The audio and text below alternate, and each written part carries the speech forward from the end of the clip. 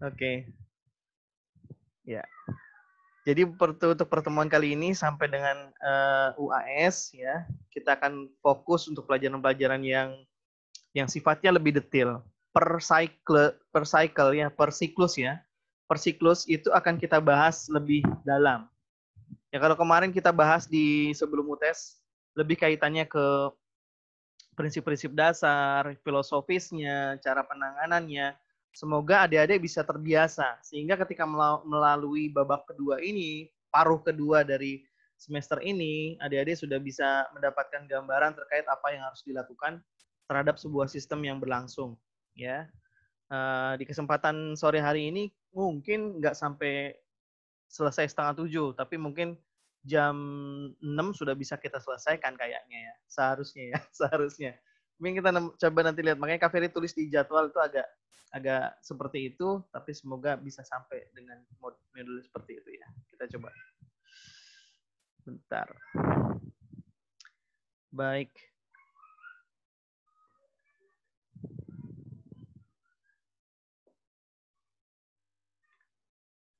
Kalau pas ujian kemarin ada permasalahan ini juga nggak? Internet. Ada juga yang ngalamin ya kali ya? Ada. Tapi yang kemarin itu katanya ada yang nggak bisa pure jawabannya kebaca, sudah disuruh bisa dibalikin lagi gitu ya, bisa diserahkan lagi gitu ya. Siapa ya Pak? Enggak, kayak saya baca tuh kayak misalnya si Grace gitu ya, di mata kuliah lain, bukan di sini, mata kuliah lain. Grace apa? Yang mata kuliah lain. Itu untuk mata kuliah lain lagi. Jadi ada dua kalau yang tadi yang tidak terbaca itu harus membuat pembelaan dulu kayaknya. Oh gitu. Oke. Jadi kan masa ujian itu ada 3 kelas. Yang pertama kelas keterlambatan, kelas beda info hash, sama kelas-kelas yang tidak jelas. Iya. Nah, untuk kelas 2 dan kelas 3 itu harus membuat pembelaan dulu. Oke. Sebelum ujian ulang. Baru kalau kelas pertama tinggal nunggu ujian ulang. Oke. Siap, paham. Ya, semoga semuanya aman lah ya, nggak ada yang Amin. repot ini diselesaikan. Apalagi masanya seperti ini ya, repot juga nih. Oke, kita akan masuk ke expenditure cycle, ya. Dari mulai purchasing, bagaimana purchasing itu dibuat, kriterianya apa saja, kontrolnya apa saja, sampai dengan akhirnya kita melakukan pembayaran. Jadi di dalam logik yang ditanamkan di adik-adik sekalian ini adalah harusnya kita nggak beli secara cash gitu ya. Kita jarang sekali perusahaan beli secara cash. Tujuannya apa? Tujuannya adalah untuk mengatur cash flow yang ada di dalam perusahaan. Itu sih intinya ya. Jadi untuk yang hal-hal yang liquid ya, itu akan diutamakan dalam rangka untuk pembayaran yang liquid juga. Pasti adik-adik sudah belajar mungkin di manajemen keuangan kali ya. Lebih pas itu di manajemen keuangan.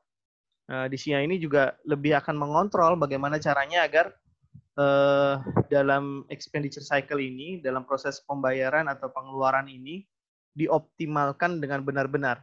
Mana-mana yang bisa di-saving, mana-mana yang bisa dihemat, itu menjadi kunci. Kenapa itu menjadi kunci? Karena perusahaan jadi lebih secure ya, lebih aman. Makanya kita kenal seringkali kok banyak kali utang ya. Ya, tapi dalam porsi dan kesempatan tertentu lah. Jadi mereka berani untuk mengambil risiko ya terkait dengan pembayaran secara kredit ya, terkait dengan pembayaran secara kredit. Baik. Kita akan masuk, chapter ini akan membahas terkait dengan beberapa hal. Yang pertama akan mendiskusikan terkait dengan ragam aktivitas bisnis. Izin bertanya Kak, maaf. Ya, nggak apa-apa. Di pertemuan 9 ini emang kita materinya diloncat ya Kak? Soalnya kalau di RPS itu bab 12. Bab 12 kan ya? Bab 12 apa? Siklus pendapatan Kak. Revenue ya? Aduh, saya salah. Bentar. Sorry. Benar revenue. Mau ditukar apa mau tetap sama? Ditukar sama. Bentar. Kita tukar lagi ya, revenue. Bentar.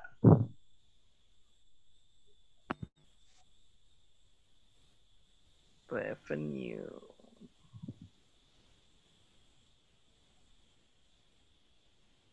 Terima kasih telah mengingatkan. Iya, Kak. Berarti yang di GCR juga Kak Ferry uploadnya yang expenditure ya? Iya, kayaknya, Kak. Nanti dibetulkan ya. Oke.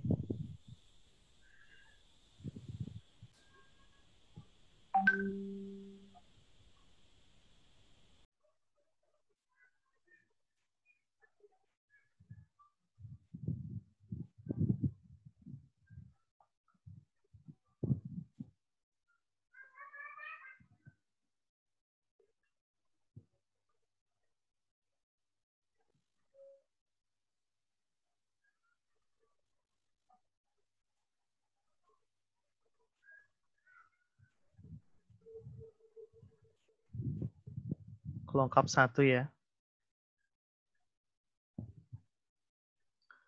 Untuk yang di GCR mungkin belakangan ya. Kita fokus ke revenue cycle dulu. Ya. Oke.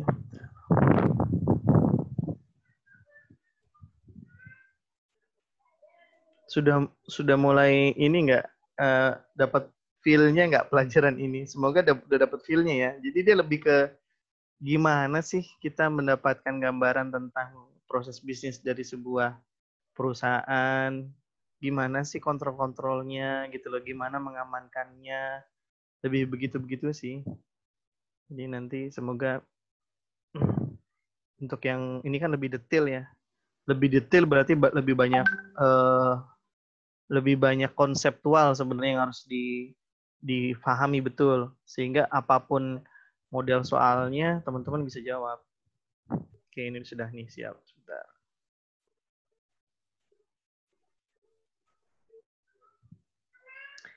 Oke, revenue sales to cash collection. Jadi kalau revenue kita berbicaranya juga sama, kebalikan dari apa yang ada di expenditure tadi. Jadi kalau kita bicara expenditure tadi sifatnya apa namanya? Kita lebih banyak ngutang gitu ya. Nah, begitu pula di sales. Lebih banyak sih sales ini lebih ya selain ada cash tentunya yang berlangsung cash, tapi rata-rata penjualan yang dilakukan oleh sebuah perusahaan, apalagi perusahaan besar itu sifatnya non cash gitu ya. Dan jadi sifatnya nanti kita akan lihat dari mulai penjualan dilakukan, barang sudah diterimakan, diberikan kepada customer, kemudian kita melakukan penagihannya ya terkait dengan uang yang harus didapatkan oleh perusahaan. Tujuan dari pembelajaran pada bab 12 ini adalah kita akan mempelajari beragam aktivitas bisnis yang terjadi di siklus pendapatan ini ya.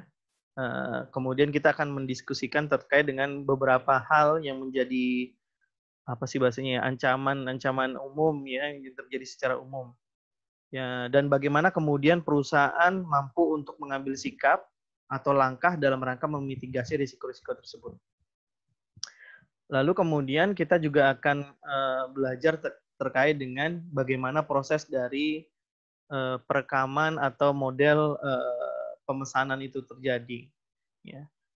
Apa keputusan-keputusan kunci yang harus dibuat, ya, dan apa saja ragam ancaman yang mungkin terjadi pada proses ini, dan bagaimana kemudian perusahaan berupaya untuk memitigasi itu. Berikutnya juga sama hal itu ya, 1, 2, 3 dan seterusnya ini dia sama juga. Intinya di setiap proses yang ada dari mulai penjualan, dari mulai pemesanan, kemudian shippingnya, kemudian billingnya, dan sampai dengan penagihannya itu dilakukan semuanya ada aktivitas-aktivitas yang terjadi dan kita akan mempelajari apa saja kontrol yang digunakan untuk memitigasinya. Baik, Kak Ferry mau tanyakan gini ke adik-adik sekalian. Siapa yang bisa jawab ya? Silakan. Menurut adik-adik, risiko itu sesuatu yang bisa hilang nggak 100%?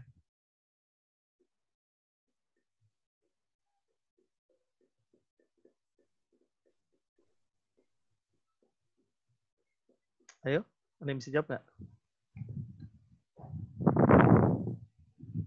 Gimana, Kak? Ini kan fokus pelajaran semua ini dari mulai revenue cycle sampai dengan expenditure cycle di episode berikutnya. Ya elah, episode berikutnya ya. Di episode berikutnya kita akan belajar banyak terkait dengan ragam aktivitas, gitu kan? Lalu kemudian ancamannya apa, gitu kan? Kemudian apa saja langkah-langkah mitigasi yang akan dilakukan oleh perusahaan. Kita belajar itu. Tapi untuk membangun basic fondasi pemikirannya, Kak Ferry ingin challenge dulu di awal. Sehingga kita punya pemahaman bersama yang sama nih. Menurut adik-adik, risiko itu bisa hilang nggak? Nggak bisa. Izin menjawab, Kak. Ya, silakan nama. Nama Agit Sandi Prinata, absen 2. Oh, siap. Silakan, Agit. Ya, menurut saya nih, Kak ya. Menurut saya resiko itu tidak bisa dihilangkan. Kenapa? Karena penanganannya pun nggak ada namanya menghilangkan resiko, tapi membagi, mengurangi, menghindari.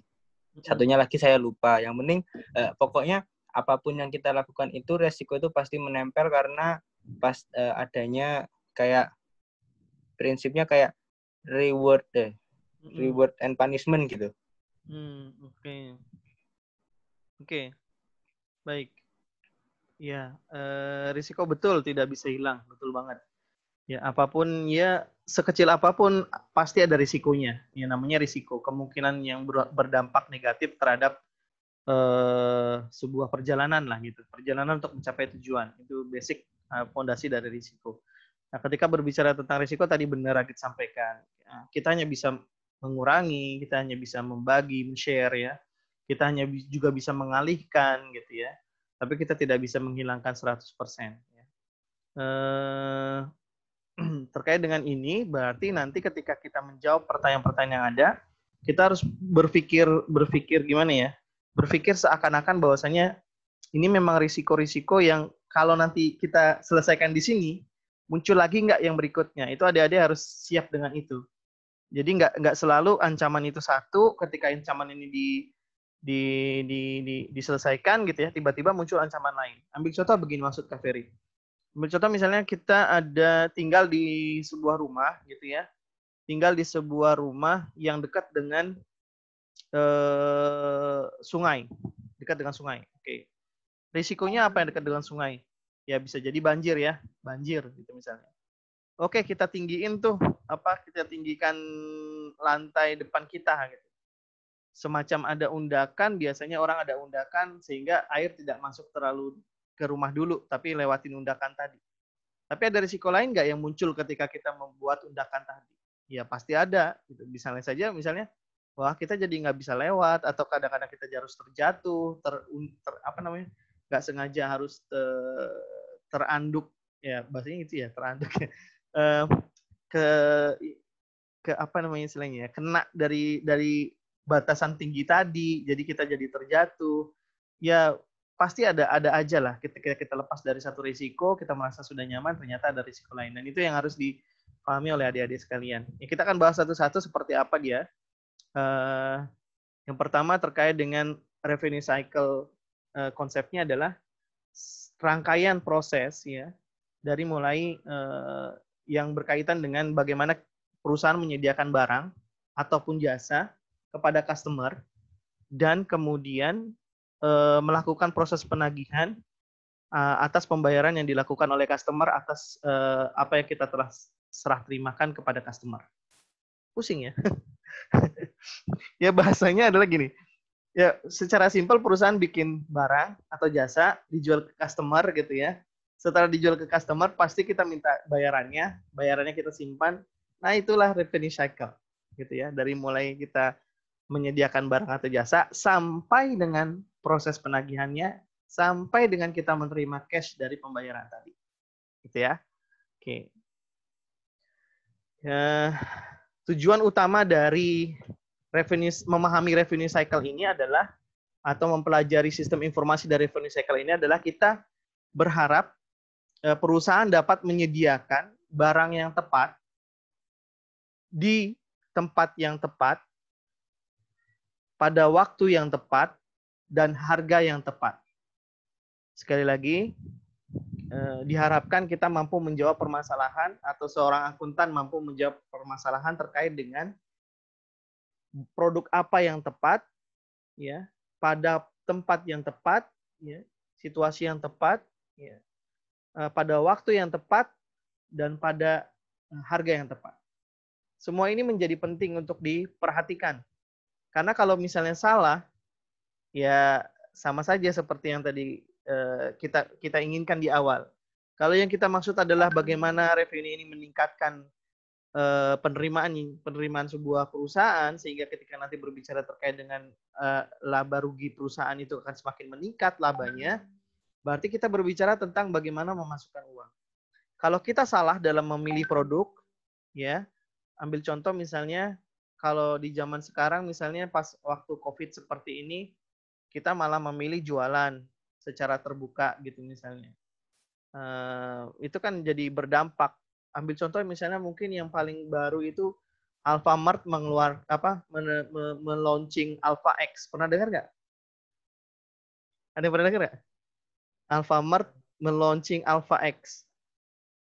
Belum tahu ya? Belum pernah, Kak. Belum tahu ya? Itu bulan Januari kemarin Alfamart meluncing Alpha X. Itu sebuah layanan premium dari Alfamart. Selain kita bisa belanja, kita juga bisa menikmati gaya-gaya kafe gitu. Jadi tempatnya juga eksklusif. Gitu. Dia layanan premier dari Alfamart. Ya, nah ketika dia tidak tahu posisi kondisinya gitu ya, itu kan barang yang dikeluarkannya atau jasa yang diberikannya itu menurut Kak Ferry kurang tepat untuk di launching pada saat Januari, gitu kan. Jadi ketika dia launching, ya mungkin karena ketidaktahuan terhadap bencana ya kan gitu nggak bisa. Tapi kalau berbicara tidak tepat seperti itu atau ketika misalnya bukan pada waktu yang tepat misalnya, barang kita lagi banyak gitu kan, barang kita lagi banyak nih, kita malah nyetok lagi. Padahal kita tahu ketika barang banyak, kita stok banyak, di gudang pun akan menambah ongkos gudang. Jadi semuanya ini saling berkaitan gitu deh. Jadi terkait dengan apa yang kita inginkan dari revenue cycle ini, kita berharap kita mampu melakukan proses penjualan di saat yang tepat, kita mampu menjual di waktu yang tepat dengan harga yang tepat, ya sehingga semuanya jadi menguntungkan.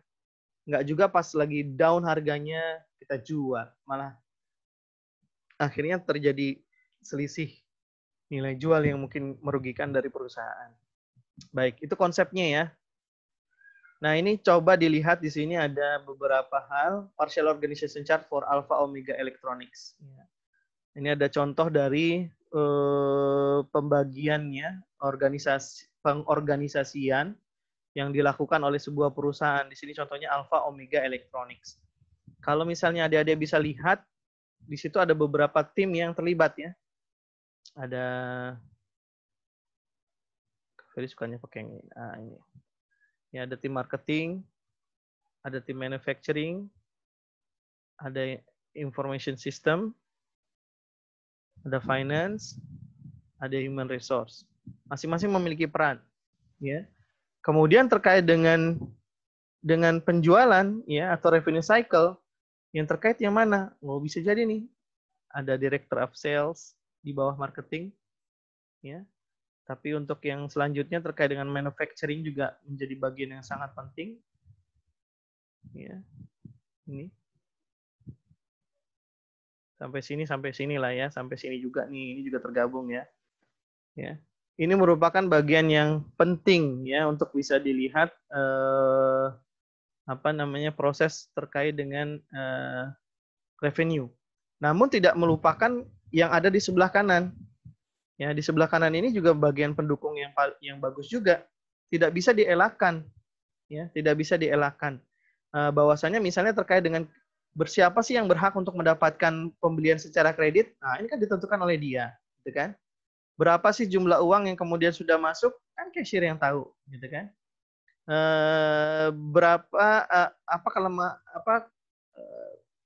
terkait dengan berapa yang seharusnya kita buat, berapa produk yang kita harus siapkan, ini kan mereka yang tahu. Director of Budget, kemudian berapa jumlah pembayaran pajak yang harus dilakukan itu juga harus disiapkan dengan optimal. Jadi pada intinya terkait dengan revenue cycle tidak bisa kita bilang yang terlibat adalah direktorat penjualan. Nggak bisa, karena tempat-tempat yang lain juga merupakan bagian yang utuh untuk membantu dan mendukung proses terjadinya revenue cycle yang baik. Pun demikian terkait dengan Direktur Internal Audit yang ada di atas ini. Nah, ini juga penting. Dia akan selalu melihat terkait dengan perkembangan-perkembangan apa yang terjadi. Ya, semisal ada produk yang tidak tepat dilakukan, bagaimana solusinya, bagaimana menambalnya. Semisal ada kemudian pergerakan dari pesaing seperti apa, itu akan disampaikan dan dilaporkan. Kalau internal audit ini nanti akan berbicara terkait dengan kelemahan-kelemahan sistem yang ada.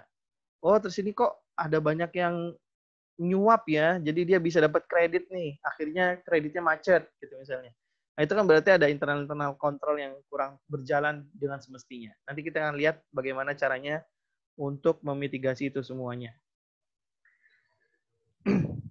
Nah, terkait dengan revenue cycle ini, untuk mencapai tujuan yang diinginkan dalam rangka untuk menghasilkan pendapatan yang tinggi, ya, yang kemudian akan berharap tentunya biaya yang diperlukan itu menjadi rendah sehingga surplusnya jadi jauh lebih besar, ya, laba yang diperoleh jadi lebih besar. Nah, untuk mencapai tujuan itu kita harus tahu, ya, beberapa kunci keputusan, ya, berapa keputusan kunci yang harus diperhatikan terkait dengan revenue cycle. Yang pertama adalah, to what extent can and should products be customized to individual customers' needs and desires? Sampai seberapa jauh kita mau mengcustom keperluan dari kebutuhan dari pelanggan. Ya, semakin banyak kita mengcustom, berarti semakin banyak biaya yang harus dikeluarkan, kan gitu. Tapi memang dari segi kepuasan pelanggan itu akan menjadi senang. Perlu diperhatikan dan ditemukan prinsip cost and benefit di sini. Ya.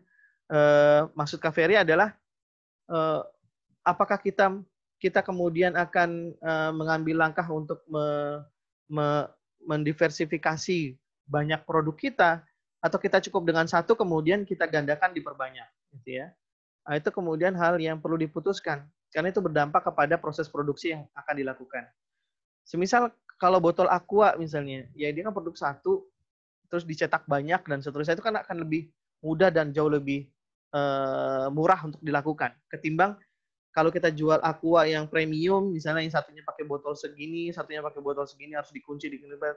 Nah, itu yang kemudian akan membuat perbedaan-perbedaan yang ada. Dan tentunya kebijakan itu akan berdampak kepada proses selanjutnya di lapangan.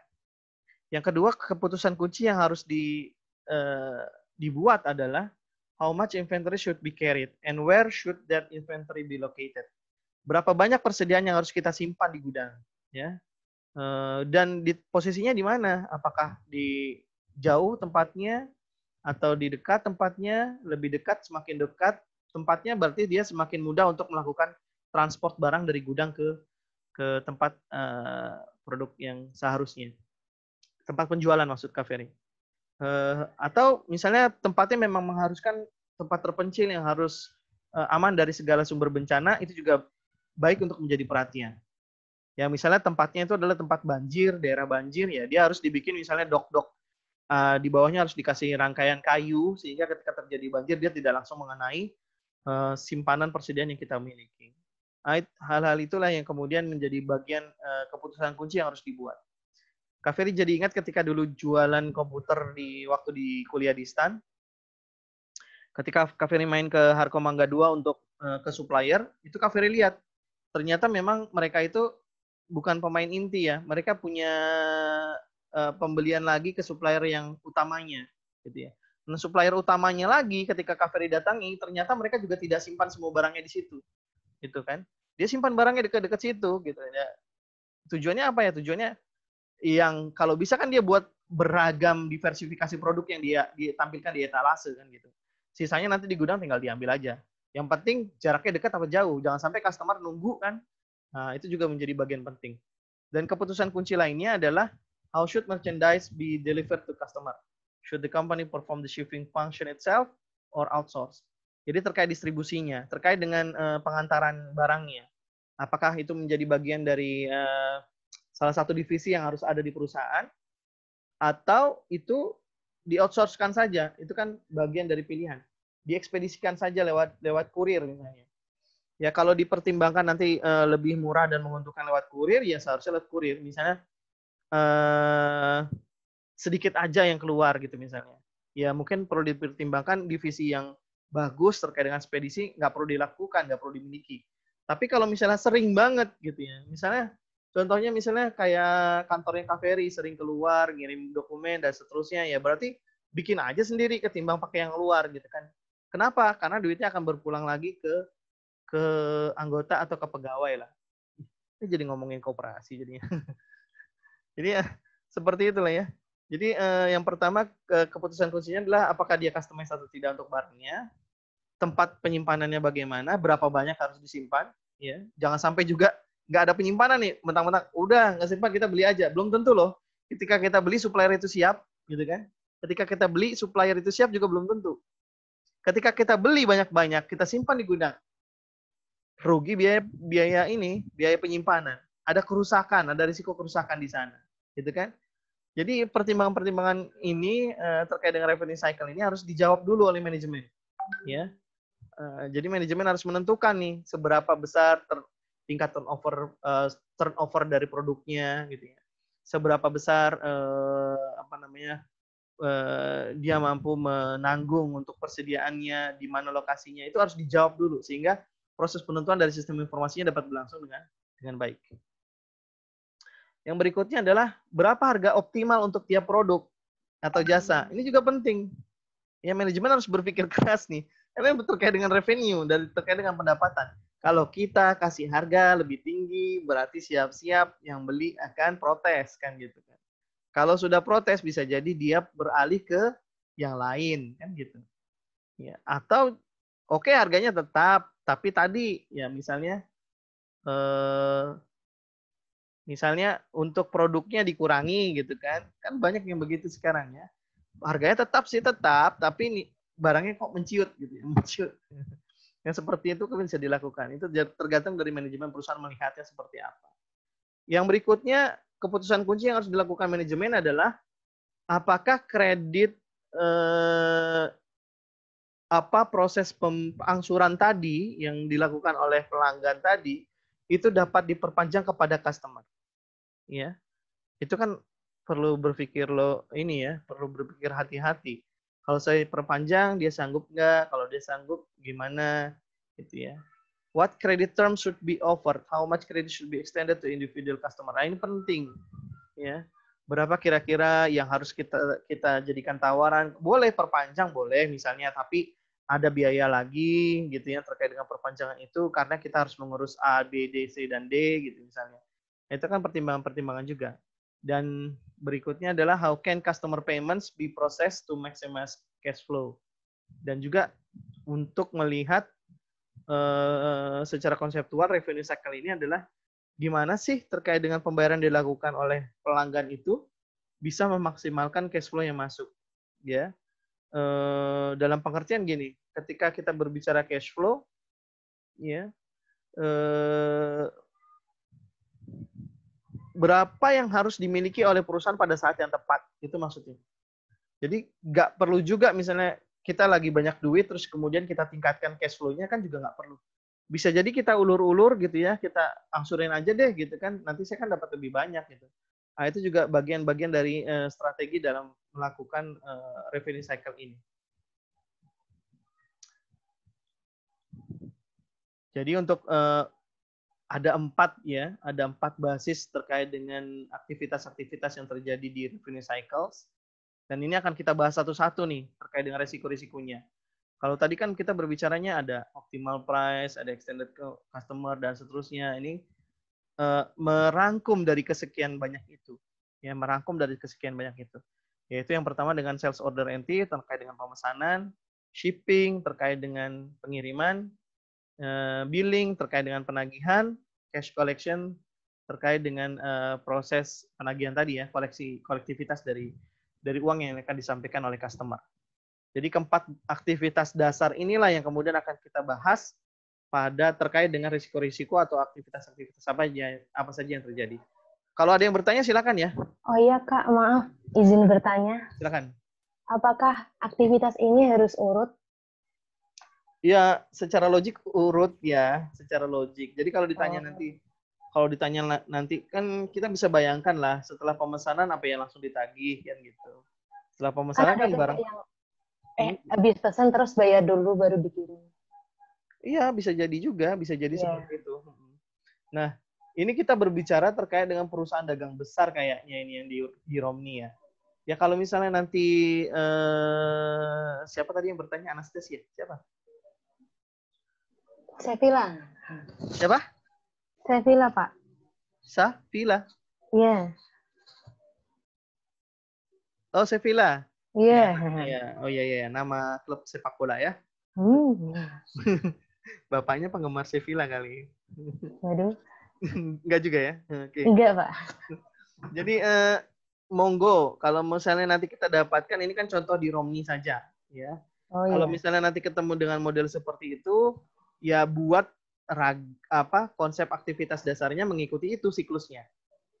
Ya, misalnya kalau di pertanyaan bagaimana dengan Topet atau dia kan harus bayar dulu. Itu kan berbeda ya. Kalau ini kan si Romni dia berbicaranya terkait dengan Alfa Omega tadi tuh, Alfa Omega elektronik. Dia modelnya ya elektronik ya, dia modelnya dia menjual barang dagangan secara kredit gitulah. Ceritanya di Romni itu seperti itu. Tapi benar, kalau misalnya ketemu dengan model perusahaan yang tadi disampaikan, ya tentu saja kita harus ngikutin modelnya. Misalnya sales order entry, billing dulu kan? Billing, cash collection, baru shipping, kan gitu ya? Iya, Pak. Iya, Kak. Iya. Iya. Nah, bisa jadi itu juga ada. Jadi tergantung perusahaan maunya gimana. Sekali lagi gini. Nanti kalau jadi konsultan ya, jadi konsultan harus dilihat-lihat juga. Apakah memang perusahaan butuh uang dalam waktu dekat? Gitu.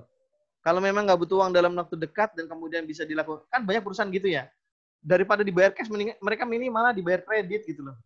Kenapa? Kalau dibayar kredit kan ada jeda ininya ya, jeda pembayarannya, ada tahap pembayarannya, kemudian dari perbedaan tahap pembayaran tadi, dari angsuran tadi, dia akan dapat persentase tertentu dari kesepakatan awal. Dari sisi customer mereka diuntungkan, nggak perlu bayar langsung cash, gitu kan? Tapi dari sisi perusahaan juga diuntungkan sebenarnya. Dari sisi perusahaan untuk menjaga kesinambungan cash flow di masa depan. Kebayang ya? Kalau kita dapatnya, kalau ya ibarat kayak kita aja lah, kalau kita dapat utuh sekarang di awal bulan, biasanya tanggal-tanggal 20, 25 udah mau habis gitu ceritanya kan. Tapi berbeda kalau misalnya kita dapatnya fortnightly. Dulu kalau beasiswa itu kami dapatnya fortnightly, 2 pekan sekali. Ya, ya kalau dapat beasiswa tuh nanti begitu tuh. Atau ada yang seminggu sekali dapat beasiswa. Tujuannya apa? Tujuannya biar kita nggak cepat habis, itu aja. Sama juga perusahaan kayak gitu, makanya mereka lebih memilih model-model kredit sebenarnya ketimbang cash. Tapi kalau misalnya mereka adalah partai-partai kecil yang memang modalnya kecil, ya cash pasti dibutuhkan dong. Kenapa? Saya harus beli modal lagi, saya harus beli barang lagi. Kalau nggak punya modal untuk beli barang lagi, dari mana saya dapatkan gitu ceritanya. Jadi tergantung dan depend dari jenis perusahaannya. Terima kasih. Oke, terima kasih Kak. Sama-sama ya. Ini dia tadi proses bisnisnya sesuai dengan tahapannya, ya. Sales ordernya, kemudian dikirim barangnya sampai ditagih, kemudian dilakukan pembayarannya oleh customer. Ya, kalau berbicara di tiap tahapan ini pasti ada aktivitas masing-masing dong. Nggak bisa kita berbicara dia sendiri, berdiri sendiri cuma ada 1, 2, 3, 4 Kak, gitu kan. Nggak gitu juga, di dalamnya ada perintilan-perintilannya. Nah, ya perintilannya kayak gini nih. Ini mungkin berlibet ya. Ini mungkin berlibet nih. Jadi terkait dengan apa yang tadi disampaikan, ini contohnya ERP system design untuk mendukung proses revenue cycle yang ada di sebuah perusahaan. Bagian tengah ini database intinya, integrated database yang bisa diolah oleh semua staff yang ada. Ya, ini bisa dilihat di sini ya. Yang kotak aktivitas bagian atas itu ada sales order processing. Ini ada hujan deras di luar sana, kedengeran nggak? Suara Kak Ferry masih jelas nggak? Kak. Masih ya? Masih, Kak. Suara hujannya kedengeran jelas nggak? Suara hujannya kedengeran nggak? Nggak. Enggak, Kak. Aman aja itu. Oke. Di sini kencang banget nih sampai teriak-teriak nih. Oke. Jadi terkait dengan proses order pemesanan yang dilakukan ini ya di atas. Kemudian ada post collection, ada billing, ya, ada inquiries, ada shipping. Ya semuanya ini saling interkoneksi dengan ERP system. Ya. Kalau kita nanti coba tolong baca ya, masing-masing baca ini. Ini sebenarnya siklus. Ini merupakan bentuk rancangan desain bagaimana kemudian perusahaan dapat melakukannya secara baik gitu ya. Kalau misalnya dia tidak pakai integrated database seperti yang ada di layar, ya, tidak pakai ini misalnya, bisa dibayangkan betapa mumetnya ya. Ya tapi itu terjadi dan itu ada di beberapa perusahaan ya karena mungkin memang modalnya belum kuat gitu ya, mereka hanya bisa melakukan secara manual. Ya ketika dilakukan sales order, dia akan pindah dulu gitu kan. Kalau ini kan enak nih, dia tinggal masukin aja input di database, kemudian nanti dipakai oleh shipping, nanti dia input lagi, nanti dipakai oleh cash collection gitu ya. Dari billing ke billing dulu, setelah billing kemudian ada inquiries-nya, ada report-nya, kemudian baru ditagih berapa besar yang didapat. Itu saling terhubung kalau dengan ini ya. Tapi di setiap model ini, setiap model sistem informasi seperti ini, pasti ada saja aktivitas-aktivitas yang terjadi dan pasti ada saja risiko-risiko yang harus didapatkan. Ancaman-ancaman seperti apa yang didapatkan, gitu ya. Belum hilang. Oke. Ini proses revenue cycle-nya nanti akan berhubungan dengan expenditure cycle dan production cycle, tentu saja. Ini terkait dengan konteks di FD-nya ya. Dari mulai customer, kita bisa lihat mengirimkan order ke atas, bacanya ya. Kemudian masuk ke dalam revenue cycle, disertai juga dengan inquiries yang dilakukan, apa saja produk-produk yang diinginkan gitu ya. Diolah di sini, kemudian lari ke response to inquiries di sini, ya response to inquiries seperti apa yang harus dilakukan, kemudian apakah produk-produknya sudah sesuai atau belum, di packing, kemudian dikirim dengan kurir ya kepada customer, disertai dengan tagihan yang ada kan gitu. Customer baru kemudian melakukan pembayaran, diinput di revenue cycle. Baru kemudian dia akan lari ke deposit untuk disetorkan ke bank. Bank akan mengirimkan laporan bahwasanya sudah diterima, lari dan berbentuk menjadi laporan hasil penjualan. Ya. Pun demikian yang terjadi di bawah, yang tadi yang terkait dengan struktur siklus yang lain. Ya. Cara bacanya teman-teman kan tadi sudah paham ya, seperti itulah cara bacanya. Kalau ada berhubungan dengan expenditure cycle dan ada berhubungan dengan production cycle. Ini akan sangat menentukan banget. Ya, berapa banyak yang harus dibuat, diproduksi, jangan sampai juga mubazir. Sudah jadi malah dianggurin gitu ya. Sebisa mungkin itu tahapannya pas gitu. Sehingga tidak ada yang numpuk. Terus jalan, terus jalan, terus jalan. Modal datang, terus jalan, modal datang, terus jalan gitu seterusnya. Jadi perusahaan dapat menikmati sebuah flow dari proses bisnis yang lancar dengan dibentuknya sistem informasi akuntansi seperti ini. Ini contoh DFD level 0-nya. Kalau tadi berbicara konteks, ini sudah masuk ke DFD level 0-nya. Kak Ferry pikir teman-teman sudah terbiasa bacanya. Kita mulai dari yang aktivitas 1, kemudian aktivitas 2, kemudian aktivitas 3, kemudian aktivitas 4. Ya, kan gitu ya. Dari aktivitas 1, kita lihat dari yang paling awal, dari customer tentunya. Berarti dia akan masuk ke dalam, dan kemudian akan diterjemahkan. Ada yang lari ke database, ya, ada yang kemudian lari ke siklus-siklus yang lain, ya. Dan seterusnya lah. Kak Ferry pikir ini sudah terbiasa untuk membacanya. Kecuali ada yang ingin ditanyakan. Kalau dilihat dari siklus yang ada ini, gambar bisnis yang ada ini, semuanya sudah lengkap ya. Dari mulai tadi kan diagram konteksnya secara sederhana sudah Kak Ferry gambarkan. Ini tinggal diperdetil saja per bagian-bagiannya dan terkait apa yang ada. Nah, kita akan masuk lebih dalam sekarang ke macam-macam ancamannya di beragam aktivitas yang ada tadi, termasuk juga kontrolnya seperti apa yang harus dilakukan. Ini kemungkinan besar kalau keluar di ujian, gini ya, yang kalau keluar di ujian adalah jika akan ada soal cerita gitu ya. Ceritanya begini, apa kontrol yang harus dibuat. Nah, gitu contohnya.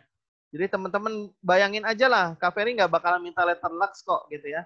Kak Ferry hanya minta teman-teman paham. Misalnya contohnya secara general ya, secara general di reference cycle adalah inaccurate atau master data yang invalid. Ya.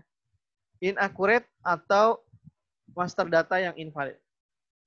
Kenapa itu bisa terjadi? Masih ingat nggak yang di waktu awal? Ada yang bisa jelasin nggak? Kira-kira ancaman ini muncul kenapa? Apa yang kena kalau kita bicara inaccurate or invalid master data? Silakan. Kita balik ke sini nih. Nah ini.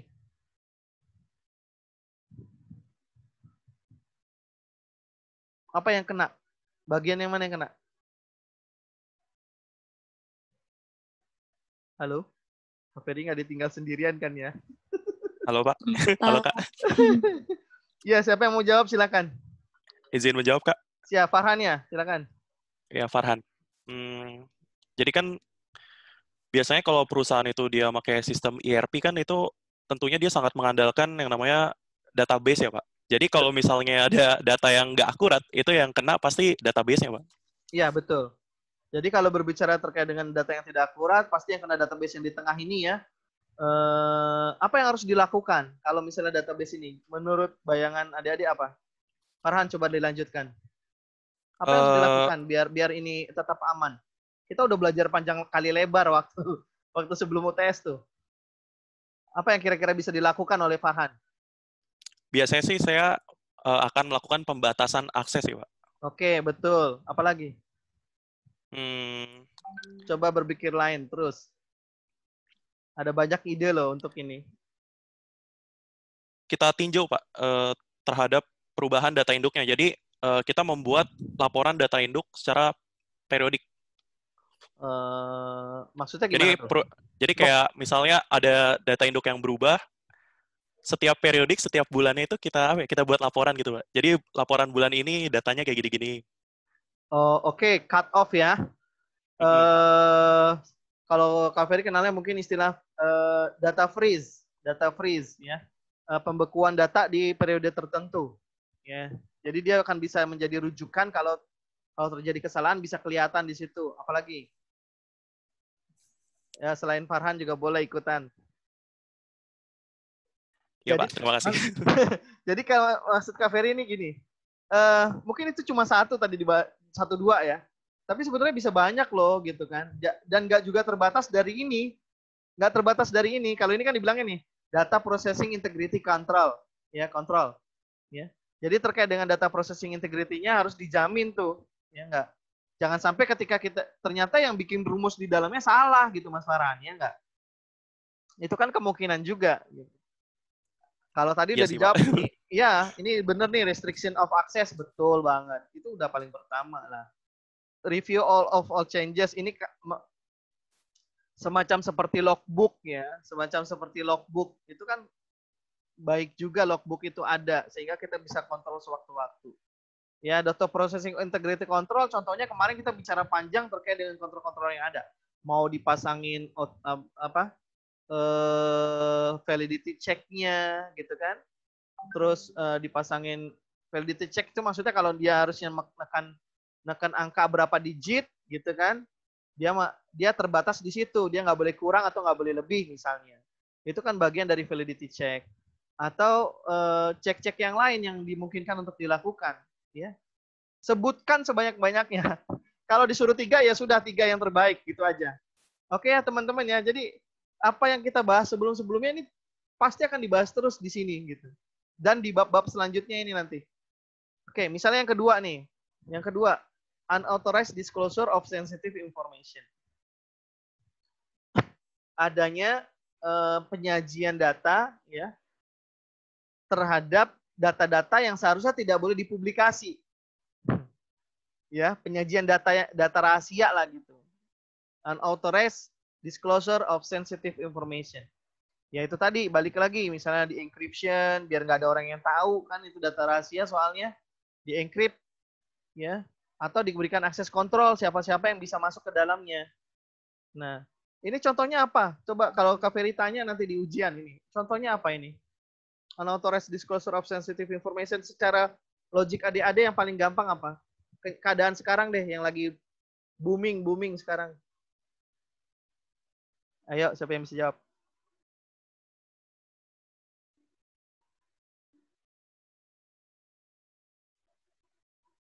Kalau tadi benar, inaccurate valid master data terkait database, betul banget. Kalau nomor dua, kalau contoh realnya apa? Di dunia nyata. Jadi adik-adik bisa kebayang nih. Jadi kan kalau udah kebayang kayak gitu, tinggal masalah kontrolnya tinggal ngikutin. Jadi nggak perlu kita hafalin, tapi kita tahu itu kontrolnya begitu. Gimana? Ada yang tahu nggak contoh realnya dari nomor 2? Bisa menjawab, Pak? Ya, silakan. Mungkin bocornya informasi rencana strategis perusahaan, Pak, atau penjualan data konsumen. Nah, betul banget. Ah itu kan lagi marak sekarang ya. Bocor Topet gitu kan, bocor Bineka gitu kan. Nah, itu kan ya itu tadi mungkin karena tidak dilindungi, tidak diprotek, tidak di-encrypt gitu ya. Kemarin kita belajar ya bagaimana data konsumen itu bisa di harsh gitu ya. Bisa di-encrypt ya. Bisa macam-macam tuh, diubah nama-namanya sehingga tidak mencerminkan data asli kan gitu ya. Jadi kita udah berpikir apalagi ya, oh berarti kita harus jagain Pak, itu kontrolnya untuk masuk ditambahin. Gitu. Jadi kebayang ya. Jadi setiap ancaman-ancaman yang ada, pikirkanlah kejadian realnya. Jadi adik-adik ketika menjawab ketika ujian bisa mencari kontrol yang tepat. Nggak perlu ajak sama persis seperti ini, nggak perlu. Serius, Kak Ferry bener ini, ngomong ini serius. Ini nggak perlu sama persis dengan ini. Yang penting logiknya dapat dan itu bisa ketemu dengan ya nggak mungkin juga begini, inaccurate or invalid master data misalnya. Ngomongin database. Tapi teman-teman jawabnya misalnya mengganti personil. Oh, kok mengganti personil? Maksudnya apa? Oh, maksudnya mungkin ini ya terkait dengan orang yang input gitu kan. Dia salah gitu. Jadi dibilangnya kontrolnya adalah mengganti personil. Tapi kan nggak nyambung gitu kan. Itu terlalu jauh. Karena kalau terkait dengan aplikasi atau sistem itu kan yang paling dekat hubungannya dengan sistem tadi. Ya kalau misalnya memang si personil ini sering membuat kesalahan, berarti harusnya sistem lah yang dibuat dengan kontrol-kontrol tertentu. Itu yang Kak Ferry maksud. Contoh yang di luar dari logik gitu ya. Tapi kalau misalnya dia bisa dapat gambaran misalnya inaccurate or invalid master data, kontrolnya bagaimana?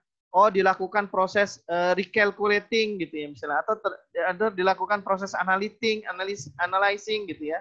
Secara berkala itu mungkin dilakukan. Gitu. Oke, sampai sini clear ya harapannya ya. Karena kita akan bicara seperti ini terus nih.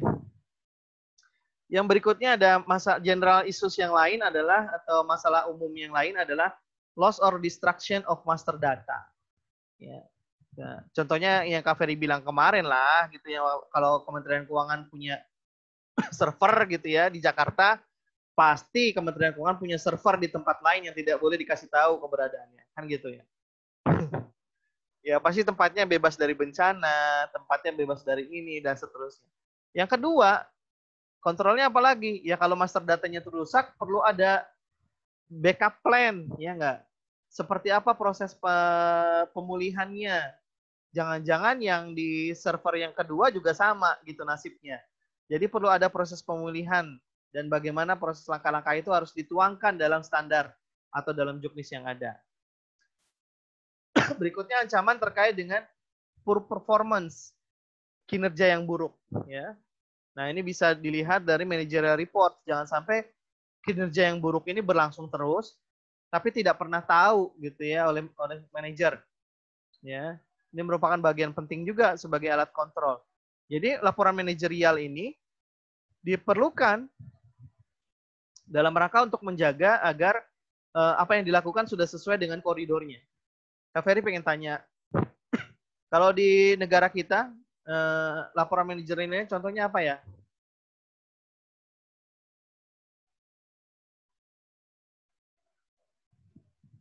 LKPP masuk laporan manajerial nggak?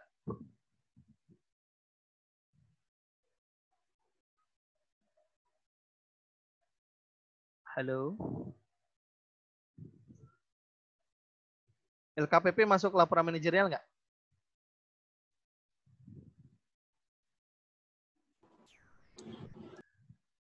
Udah belajar akuntansi pemerintahan kan? Udah, Pak. Nah, diceritain nggak LKPP? Nggak ada pelajaran, nggak ada itu ya? Nggak ada cerita LKPP ya? LKPP itu disebut dengan mandatory report atau report yang wajib dibuat oleh pemerintah, diaudit, ya, kemudian diberikan opini dari BPK sebagai auditor eksternal. Selain mandatory report, ada juga managerial report. Nah, untuk managerial report ini ada banyak sebenarnya ya di Kementerian Keuangan. Ada yang disebut dengan LSKP, Laporan Statistik Keuangan Pemerintah.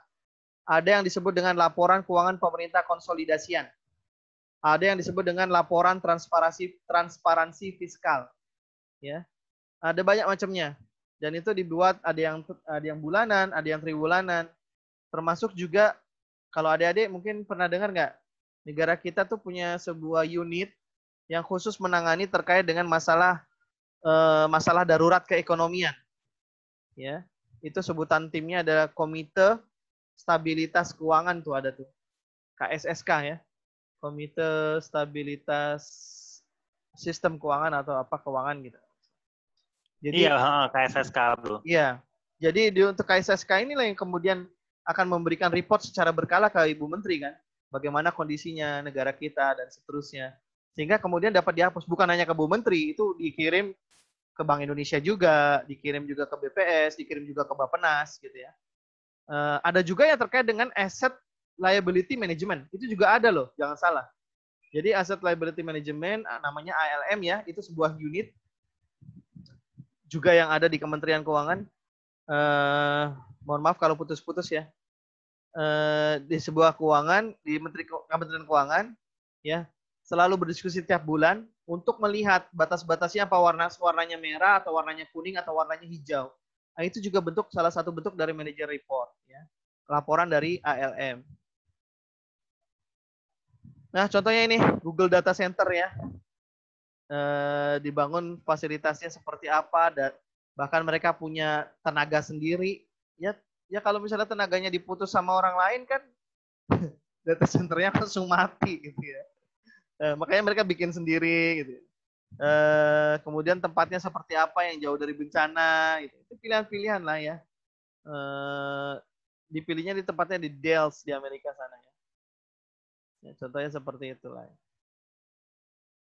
Nah, ini contoh yang lain dari model server ya, berlapis-lapis dan beragam-ragam. Nah ya, ini terkait dengan server rack. Kalau di kami, kalau adik-adik sempat main ke kantor KVRI ya, nantilah kalau udah semester 6 ya, semester 6 ya, PKL semester 5 atau 6? Ya semester itulah ya. 6 ya. Jadi nanti main ke kantor KVRI itu bisa lihat tuh. Server kayak gini aja satu ruangan sendiri gitu ya. Satu ruangan sendiri. Ya, servernya gitu. Jadi untuk ngolah data senasional ya itu dibuat server yang sebanyak ini. Nah, belum lagi untuk yang backup plan-nya, recovery plan-nya juga dibuat sama persis dengan yang ada di pusat. Setelah berbicara yang terkait dengan yang umum tadi, ya, entah terkait dengan kinerja yang buruk, ya, atau kemudian tadi terkait dengan invalid master data, yaitu kemudian kita akan berbicara lebih teknis terkait dengan 4 aktivitas bisnis yang tadi sudah kita diskusikan bersama, dari mulai pemesanan, ya, terus ke shipping, billing, dan cash collection. Kita akan lihat.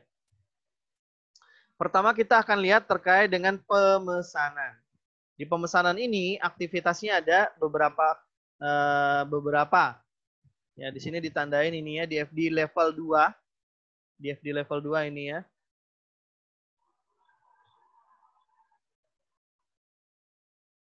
Dari mulai take order, approve credit, check inventory, ya. Kemudian respond to customer inquiries. Nah, di masing-masing sini di DFD level 2 ini kita bisa lihat beragam macam bentuk yang dilakukan. Di sini ada tulisan 5, 6, 7, 8, 9, 9. Ini nanti akan ada kaitannya dengan yang selanjutnya, ya. Misalnya di take order apa yang dilakukan itu jelas, pasti dia akan memperhatikan ordernya. Kemudian di approve kreditnya apakah sudah sesuai belum? Dilihat ya, dicek. Kemudian dicek inventory available, ada nggak barangnya? Ya. Dibuatlah sales order dan seterusnya sampai kemudian terkait dengan sales order ini dikonfirmasi kepada pelanggan kembali. Jadi ujung akhir dari sales order entry ini adalah dikonfirmasi kepada sang pelanggan. Apakah benar yang dibeli seperti ini? Ya sama kayak kita beli ke toko gitu ya. Kalau beli ke toko kan sehabis selesai pasti dia tanya, ya ini yang dibeli ya. 1, checklist sama dia, 2, 3, 4, udah ada semua ya. Nah gitu ya. Jadi seperti itu. Semacam konfirmasi akhir lah sebelum dia pergi dari tempat kita. Nah, di sales order entry ini ada beberapa ancaman, ya. Ada beberapa kemungkinan yang timbul, risiko yang mungkin timbul. Yang pertama adalah incomplete atau inaccurate orders. Ordersnya nggak pas, ya. Ada invalid orders, ordersnya nggak valid. Udah, kalau incomplete, bedanya incomplete dengan invalid apa ya? Boleh nggak dibantu biar teman-teman yang lain ada yang tahu juga? Silakan, ada yang bisa bantu. Apa bedanya incomplete dengan invalid?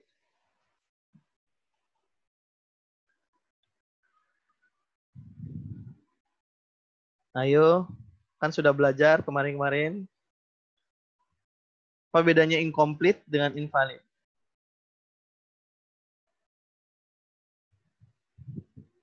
Ya, kalau incomplete berarti ordernya tidak lengkap ya.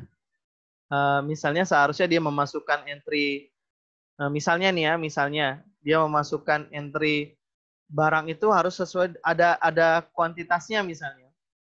Tapi dia tidak masukkan kuantitasnya, itu namanya tidak komplit. Atau inaccurate, ya.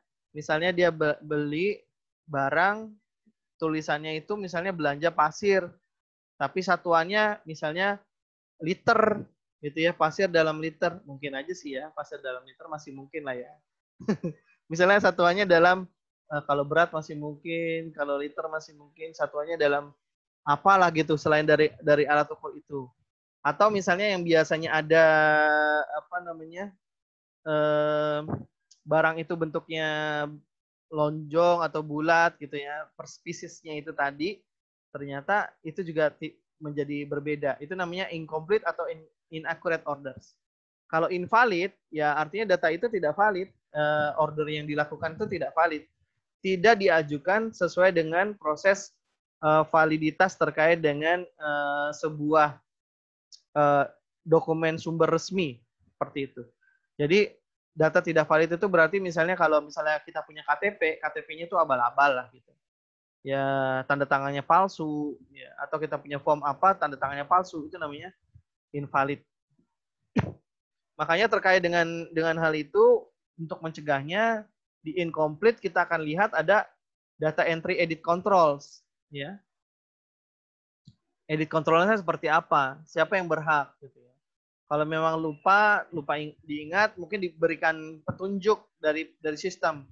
Ini belum diisi, ini salah isi, ini harusnya begini gitu ya. Jadi integritas data itu dijaga oleh sistem tersebut. Yang kedua adalah cara untuk mengontrolnya adalah dengan memberikan batasan akses terhadap master data, gitu ya. Jangan sampai dia juga sembarangan untuk melakukan itu. Logiknya adalah ketika kita memilih kontrol pembatasan akses kepada master data, kita berharap bahwasannya tidak disalahgunakan dalam rangka untuk melakukan manipulasi terhadap data. Seperti itu. Nah, kasus yang kejadian kalau di Kemenq pernah ada seharusnya digitnya tidak sampai triliunan, akhirnya dibikin triliunan, setengah mati nyarinya. Ternyata salah dia ya untuk menginputnya itu. Nah, itu hal-hal yang penting untuk dilakukan. Kalau invalid orders, ya buatlah digital signature atau tanda tangan basahnya gitu ya. Jadi bisa dilihat dan dibuktikan bahwa dia memang dokumen sumber yang valid atau pesanan yang valid. Jadi nggak cuma apa ya. Kalau teman-teman pernah nggak ngalamin ya? Kalau Kak Ferry pernah ngalamin, misalnya dalam kwitansi kita cuma ditulis anu, tapi nggak kosong gitu, barangannya kosong, nggak ada capnya, nggak ada apanya gitu ya. Udah begitu aja gitu kan. Nah itu kayak misalnya beli bakso di warung bakso kali ya, dibeli baksonya saja 5 gitu, ini berapa gitu, nanti kemudian akan dibayar di akhir gitu kan. Nah ini kan bagian dari, bisa jadi ada order yang tidak valid, ternyata si pemesan tadi nggak cancel yang itu cancel gitu misalnya, itu kan jadi nggak valid kan, karena memang kita tidak membubuhi tanda tangan di kertas tadi ya. Biasanya kan cuma ditanya mau pesan apa, ini terus ya itu. Contohnya begitu ya. Atau ancaman berikutnya terkait dengan sales order entry adalah kita harus memperhatikan tentang uncollectible accounts. Ya, uncollectible accounts. Kenapa ditaruhnya di tahap awal? Agar dalam proses pemesanan itu sudah bisa dicegah atau dicegat. Jangan sampai dia sudah masuk duluan, tapi kita baru bilang, maaf kemarin saya salah nih, terlanjur ngasih izin, terlanjur ngasih duit buat sampean. Ternyata saya harus ini lagi, harus dari informasi yang dapat kayaknya harus batal nih, kan nggak lucu ya. Jadi collectible accounts itu dari awal sudah dilihat. Contohnya di sini untuk kontrolnya berapa jumlah kredit limitnya itu harus punya perusahaan, specific authorization to approve sales to new customer, harus ada orang yang betul-betul berintegritas tinggi di sana ya. Harus ada betul-betul orang yang akan meng-approve atau meng-authorize bahwasanya penjualan ini adalah sah gitu. Nah, itu penting. Dan yang terakhir adalah aging of accounts receivable. Tujuannya apa untuk aging? Ya tujuannya untuk bisa mengetahui lah berapa jumlah kualitas dari masing-masing piutang. Ada yang masih lancar nggak? Ada yang sudah diragukan nggak? Atau bagaimana? Nah, itu kemudian bisa menjadi bahan yang penting untuk perusahaan dalam mencegah ancaman-ancaman itu terjadi. Nah, ini sudah Kak Ferry jelaskan tadi ya, terkait dengan validity check, ya, contohnya, atau terkait dengan field check, dan ada completeness check, kalau sudah kita pelajari lah sebelumnya, jadi nggak perlu dibahas panjang kali lebar kali ya. Ya mungkin contoh-contohnya tadi semakin diperkaya lah teman-teman. Jadi terngiang-ngiang dan teringat-ingat di kepala. Kalau completeness berarti dia harus lengkap, misalnya dibikin pengisian harus dalam jumlah digit tertentu gitu ya. Atau kemudian dia harus ada selain ini diisi, kita kasih asterik gitu ya. Asterik ini wajib diisi sehingga dia harus mengisinya. Begitu. Ya, contoh-contoh model dari data entry. Yang berikutnya adalah terkait dengan stock out of or excess inventory. Bisa jadi keadaannya adalah di satu sisi kehabisan barang untuk dijual. Barangnya udah habis, pemesanannya masih berlanjut. Itu kan repot ya. Jadi harus tepat gitu kan. Kalau memang kosong dalam jangka waktu tertentu, kita sisakan tuh. Ketika sisakan 3, kita harus siap-siap beli lagi kan begitu. Atau sebaliknya, kita terlalu hati-hati, kita stok banyak, kita taruh di gudang banyak, tapi akibatnya jadi berlebih gitu ya. Jadi berlebih banget gitu. Dan itu tidak bagus bagi perusahaan dagang ya, tidak bagus bagi perusahaan jasa juga. Ya harus pas lah. Nggak pas-pas banget, tapi seminimal mungkin deketin lah gitu. Nah ini contohnya di sini ada perpetual inventory control system. Ya. Emang kalau bilang perpetual inventory control system ada lagi yang lain ya? Coba ada yang bisa kasih penjelasan nggak?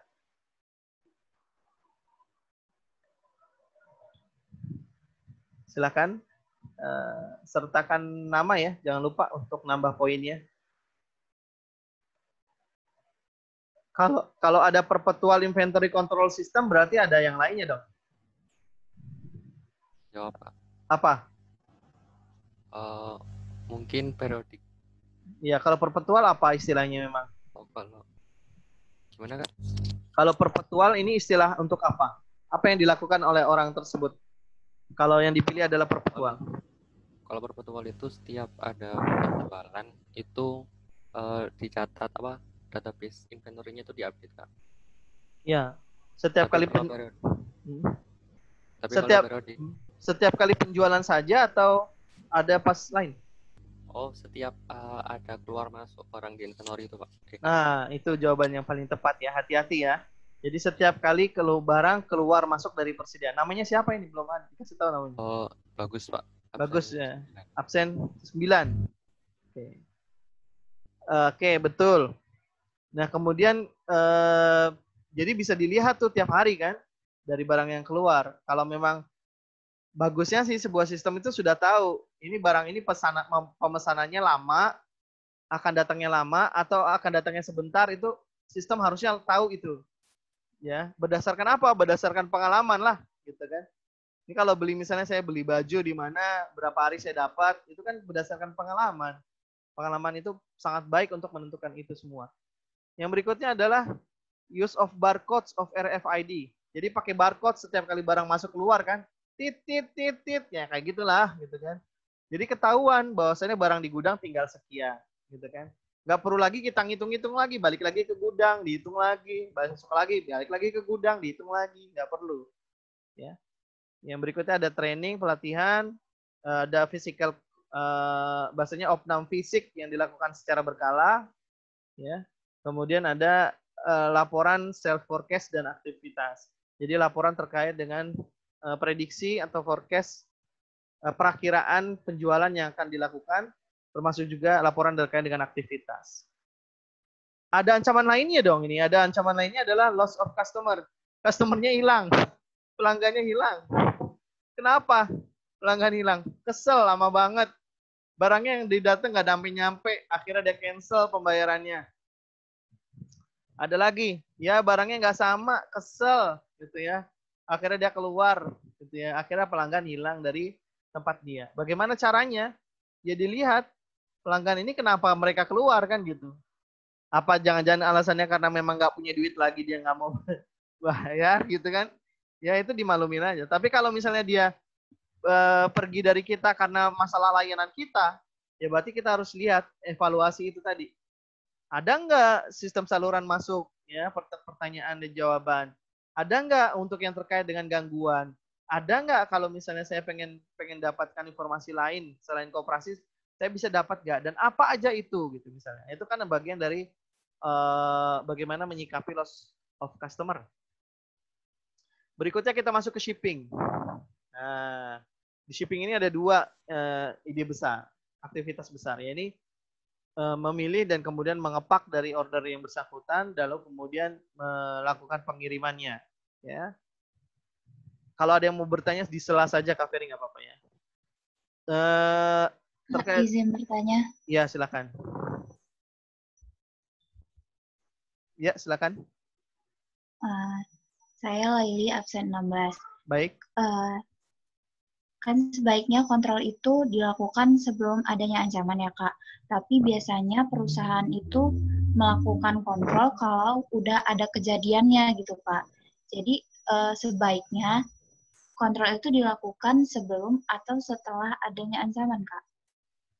Ya, kalau nggak salah kita sudah bahas itu di pertemuan 6 atau 6 kayaknya ya, pertemuan 6 atau 7 saya lupa.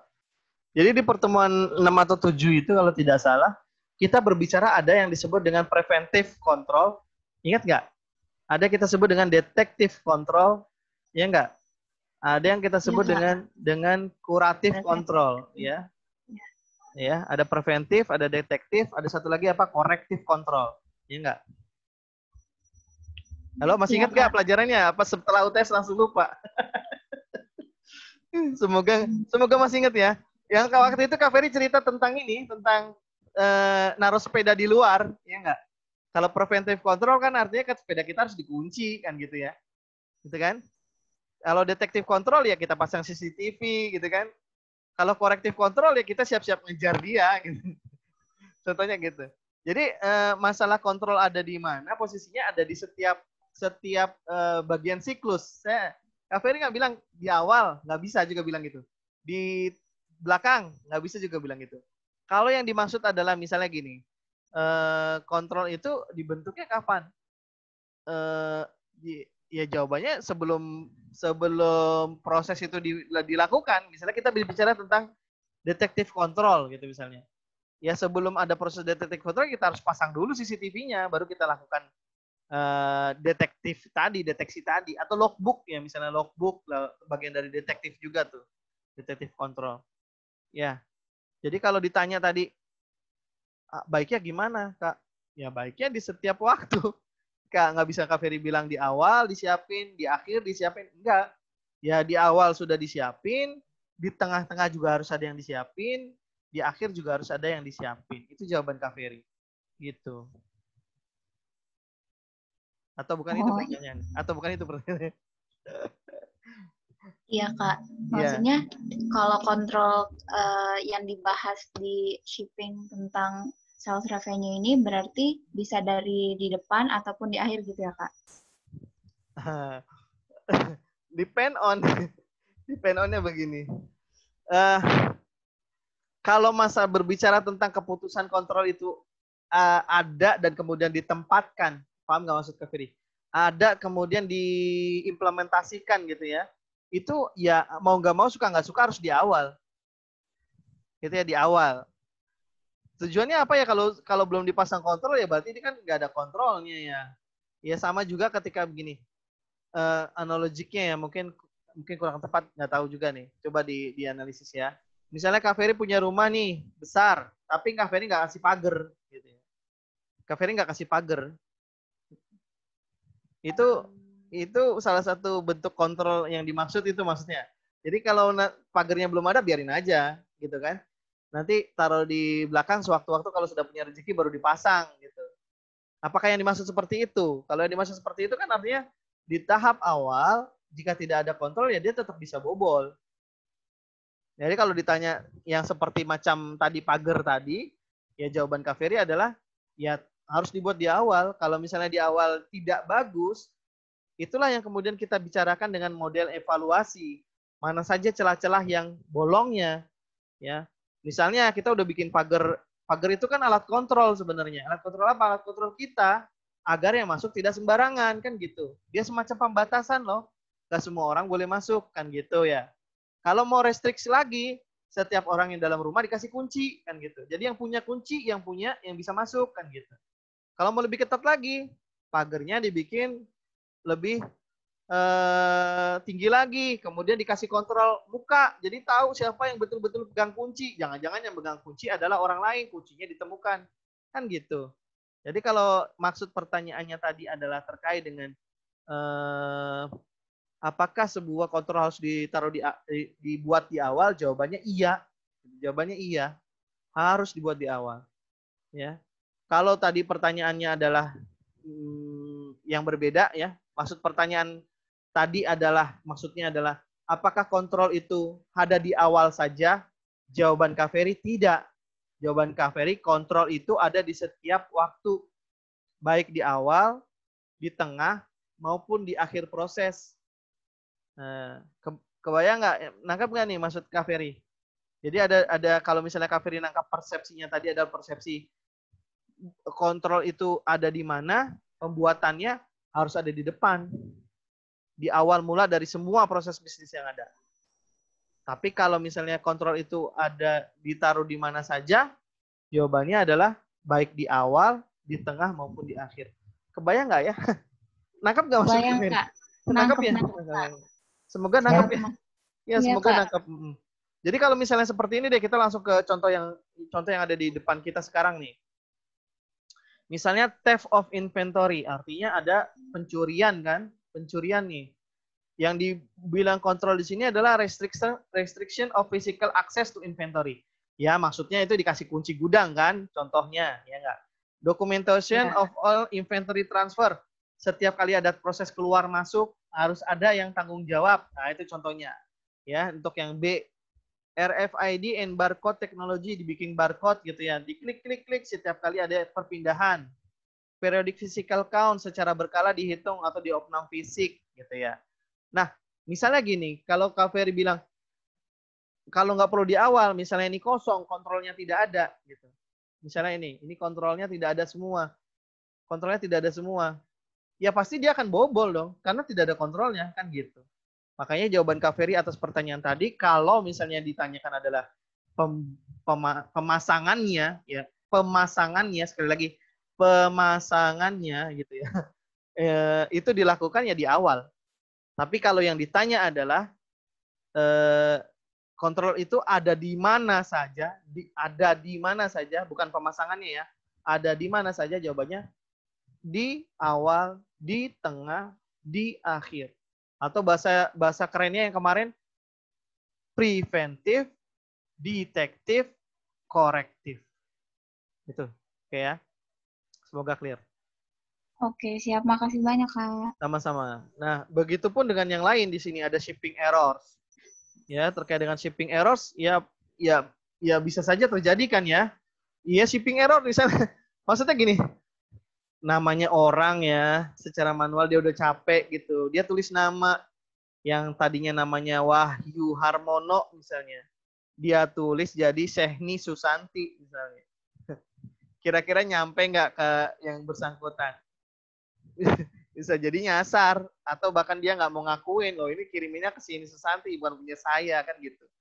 Atau misalnya terkait dengan shipping error, harusnya dia dikirimnya ke Banten, dia malah dikirimnya ke Papua, gitu misalnya. Yang nungguin jadi lama, kan gitu.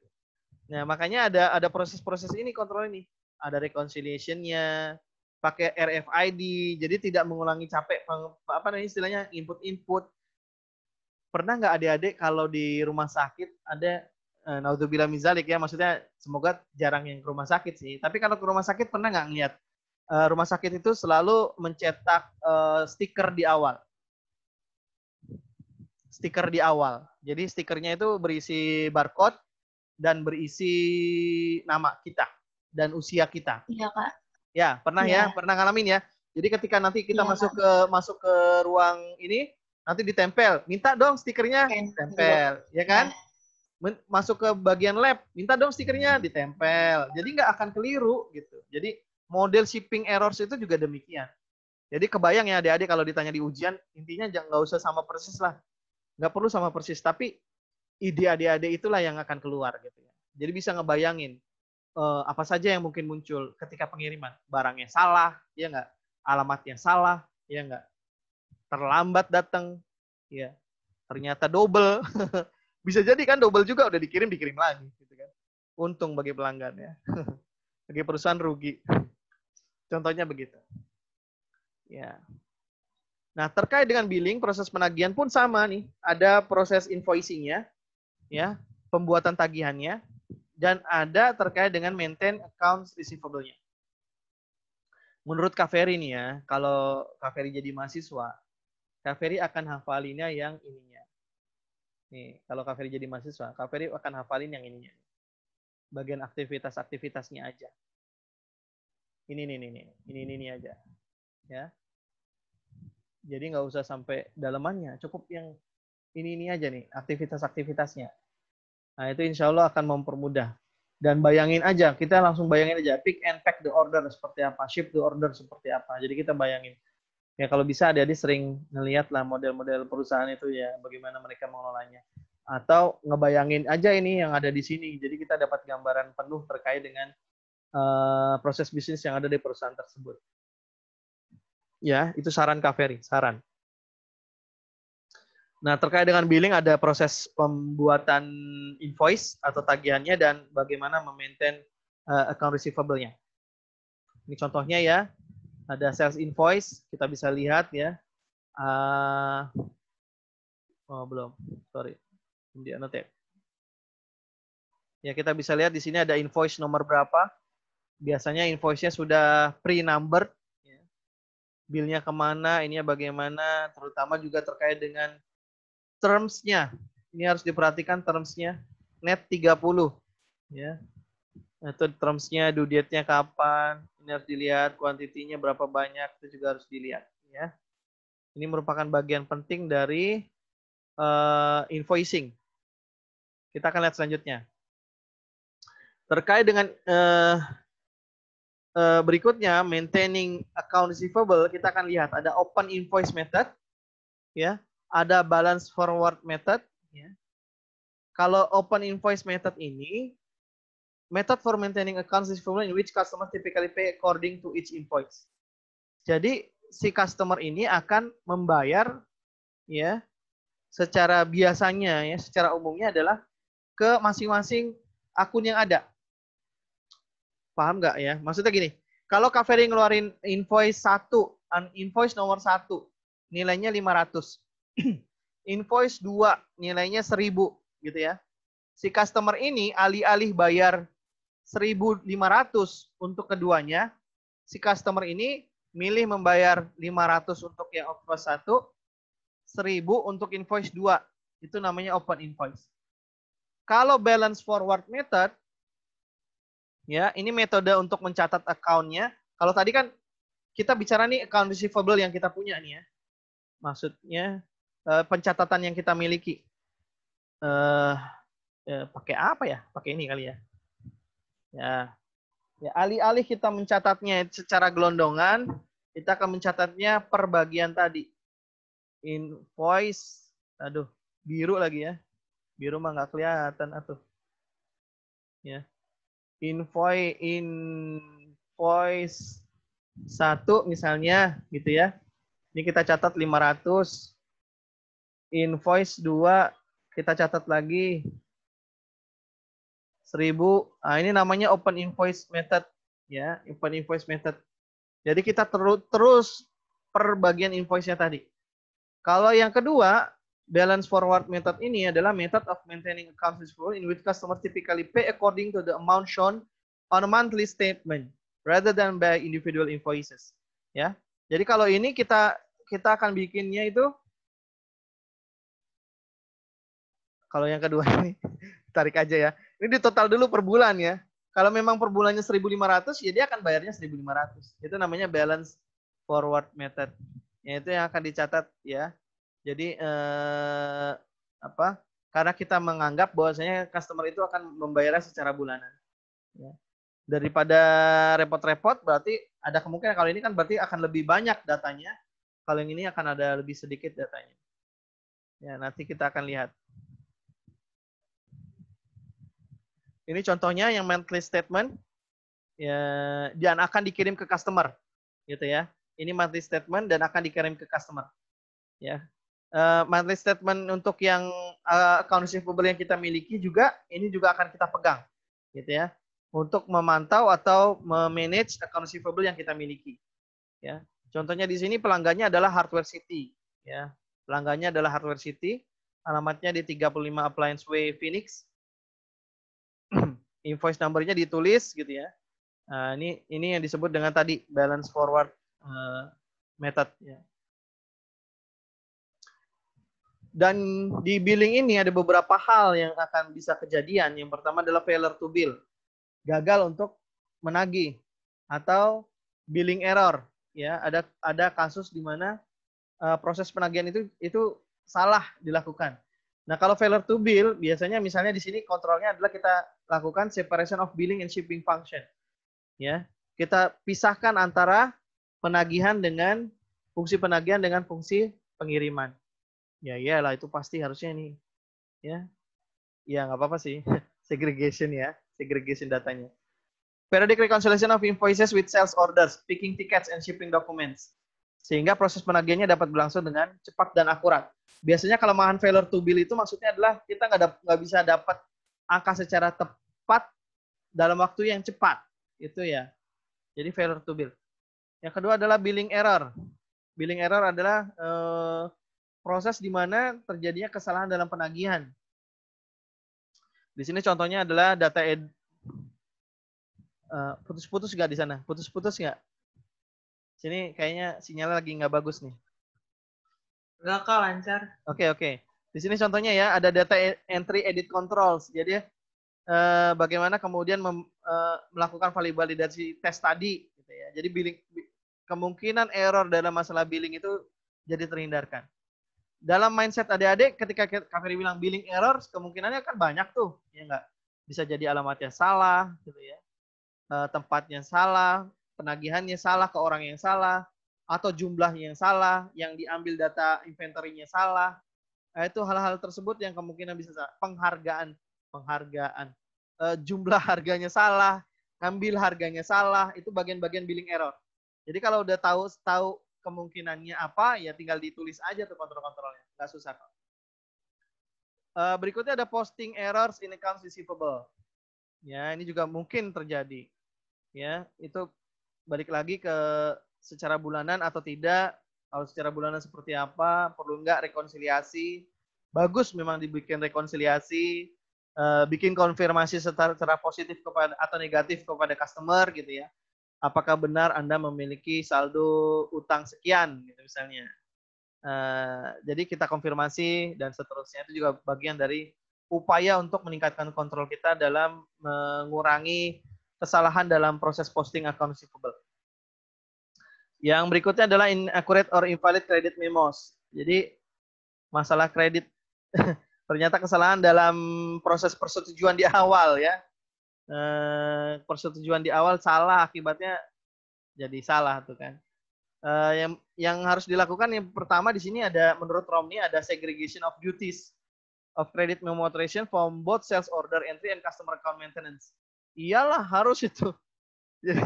Jadi kan perlu ada terkait dengan otorisasi kredit memonya ya harus dilakukan oleh orang tunggal ya. Dia tidak boleh menjadi bagian dari sales order entry, dia juga tidak boleh menjadi bagian dari customer account. Ya. Yang mencatat account receivable juga nggak boleh, yang bagian, karena bisa terjadi ini ya, bisa terjadi peluang untuk melakukan fraud ya, peluang untuk melakukan fraud. Berikutnya ada configuration of system to block credit memos unless there is either corresponding documentation.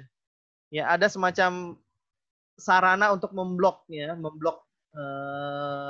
pilihan itu atau kebebasan itu, kebebasan untuk melakukan pembayaran secara mengangsur gitu ya dari konsumen, itu kemudian bisa dilakukan dengan cara memblok. Jadi pas sampai di billing gitu ya, itu kemudian tidak jadi di bahasanya apa ya, tidak jadi dilakukan untuk proses kreditnya gitu ya. Tapi misalnya harus lunas dan sebagainya atau apa, itu kemudian bagian dari ini. Configuration to block credit memos unless there is either corresponding documentation of return of damaged goods or specific authorization by management. Ya, jadi kalau misalnya ya harus hati-hati lah, jangan sembarang. Takutnya gini, khawatirnya adalah piutang-piutang yang ada jadi hilang gitu. Ini orang sembarangan gitu kan, misalnya ini barangnya rusak Pak, gitu kan, dikembalikan sama customer. Ketika dikembalikan sama customer, oh ya barangnya rusak, saya hapus nih. Tapi dia tidak melakukan apapun terhadap pencatatan tadi. Ya seakan-akan barang itu masih tetap ada di customer. Nah itu juga salah. Jadi harus hati-hati, menurut Romney disegregasi atau dipisahkan tadi antara yang membuat order dengan yang melakukan atau menjaga customer account, ya, akun dari customer tadi. Jangan sampai juga customer jadi salah gitu kan. Customer harusnya nggak bayar, ya harus jadi bayar gitu kan. Kasihan. Dan yang terakhir adalah cash collection. Ya, di cash collection ini ada cash credit, card, check, ya. Itu bagaimana caranya, lockbox, electronic lockbox, ada electronic fund transfer, EFT, ada EDI, electronic data interchange, dan ada FEDI, Financial Electronic Data Interchange. Baik. Masih cukup waktu ya. 15 menit lagi lah ya. Jadi non-integrated EDI dan EFT, di sini ada, kita bisa lihat ya, ada company perusahaan A dengan perusahaan B, ya, dan ada company A bank, dan ada company B bank, ada banknya untuk perusahaan A, dan ada bank yang untuk perusahaan B. Jadi kalau terkait dengan EDI ini ya, EDI Electronic Data Interchange, ini dimaksudkan langsung dari perusahaan A kepada perusahaan B, ya, Electronic Data Interchange. Nah, kalau Electronic Fund Transfer itu dilakukan ya dengan memerintahkan bank A dari perusahaan A memerintahkan tolong dong ditransfer dananya sekian ke bank B, siap, transferlah sana. Nah, itu basisnya adalah basis EFT, ya, Electronic Fund Transfer. Kalau yang tadi Electronic Data Interchange, dia lebih ke jumlah berapa yang akan ditransfer kepada perusahaan B. Jadi perusahaan B sudah siap-siap. Oh, nanti saya akan dapat sekian. Biasanya kalau Electronic Data Interchange ini bisa jadi berupa faksimile gitu ya. Kalau zaman dulu ya, zaman dulu tuh. Kalau sekarang mungkin udah canggih kali ya. Ketika muncul di sini sudah muncul di perusahaan B juga. Ya, Electronic Data Interchange. Kalau uangnya ya harus melakukan electronic fund transfer. Nah, terkait dengan financial electronic data interchange, ya di sini bisa dilihat, kalau ini kan tidak terintegrasi ya antara EDI dengan EFT ya, terpisah nih, datanya sendiri, duitnya sendiri, gitu ceritanya. Nah, kalau untuk yang FEDI, company A dengan company B, perusahaan A dengan perusahaan B itu tidak melakukan proses pengiriman atau remittance data atau pengaliran data lah ya, pemberian data kepada perusahaan B. Daripada itu, maka dikirimkan secara sekaligus melalui bank A, ya, remittance data dan payment instruction-nya juga sudah dijelaskan. Nanti bank dari perusahaan B akan juga mengirimkan hal yang sama kepada perusahaan B, sehingga informasi yang didapatkan dari A ini untuk pembayaran apa itu bisa diterima oleh perusahaan B. Jadi semata-mata kalau yang di awal ini hanya bersifat uangnya saja, tolong transfer, tapi nggak tahu informasinya apa gitu kan. Sedangkan kalau yang di sini bisa mengetahui secara utuh, baik informasi maupun dana yang ditransfernya. Kalau dikalikan dengan cash collection, kemungkinannya ada pencurian cash, ya, pencurian cash. Ya bisa jadi, ya. Ini harus dipisah nih kalau di Romney diceritakan antara orang yang memegang deposit, ya, the person who handles the deposits, ya, menerima atau memegang uang pembayarannya, tidak boleh bertindak sebagai pemegang account, ya, customer account, tidak boleh juga bertindak sebagai pengautorisasi kredit memos, nggak boleh juga bertindak sebagai orang yang melakukan rekonsiliasi terkait dengan bank account. Kenapa demikian? Ya pasti terjadi konflik dong ya. Dia pegang duit nih, tapi dia yang nyatet. Kira-kira kalau dia yang pegang duit, dia yang nyatet, bisa nggak dia manipulasi? Bisa. Ya makanya tidak boleh. Harus ada pemisahan itu.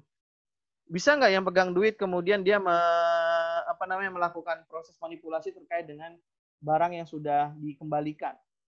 Ya, bisa. Dia taruh aja seakan-akan barang itu belum pernah kembali, padahal duitnya udah barangnya belum pernah kembali gitu ya. Barangnya, atau misalnya barangnya dikembalikan, duitnya dikasih gitu ya, tapi kemudian tidak dicatat sebagai kredit memos, duit dan barangnya dimakan sendiri, misalnya gitu ya, contohnya begitu. Atau reconcile the bank account, ya itu juga sama. Jadi orang yang kemudian merekonsiliasi tidak boleh memegang duitnya. Jadi memegang duit dengan orang yang bertugas rekonsiliasi itu harus terpisah. Penggunaan dari EFT, FEDI, lockboxes, ya, untuk meminimalisir handling dari customer payment. Sebisa mungkin cashless. Ya. Obtain and use of a UPIC to receive EFT and FEDI payment from customers. Ya, bisa juga pakai UPIC. UPIC mana? Semacam ini dia, semacam pengamanan tingkat lanjut lah ya untuk menjaga EFT dan FEDI payments dari customer.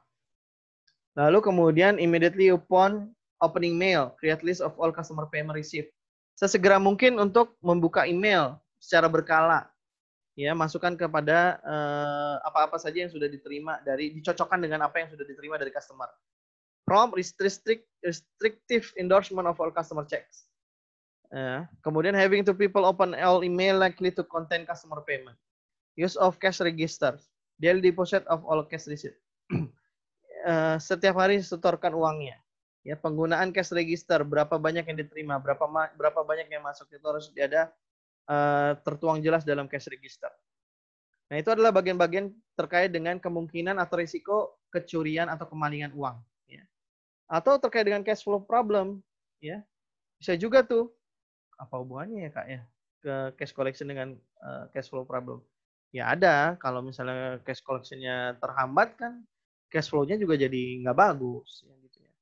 Jadi bisa jadi ya, bikin arrangement ya. Misalnya di sini ada kontrolnya adalah lockbox arrangement, artinya berapa duit yang ditaruh dulu gitu kan.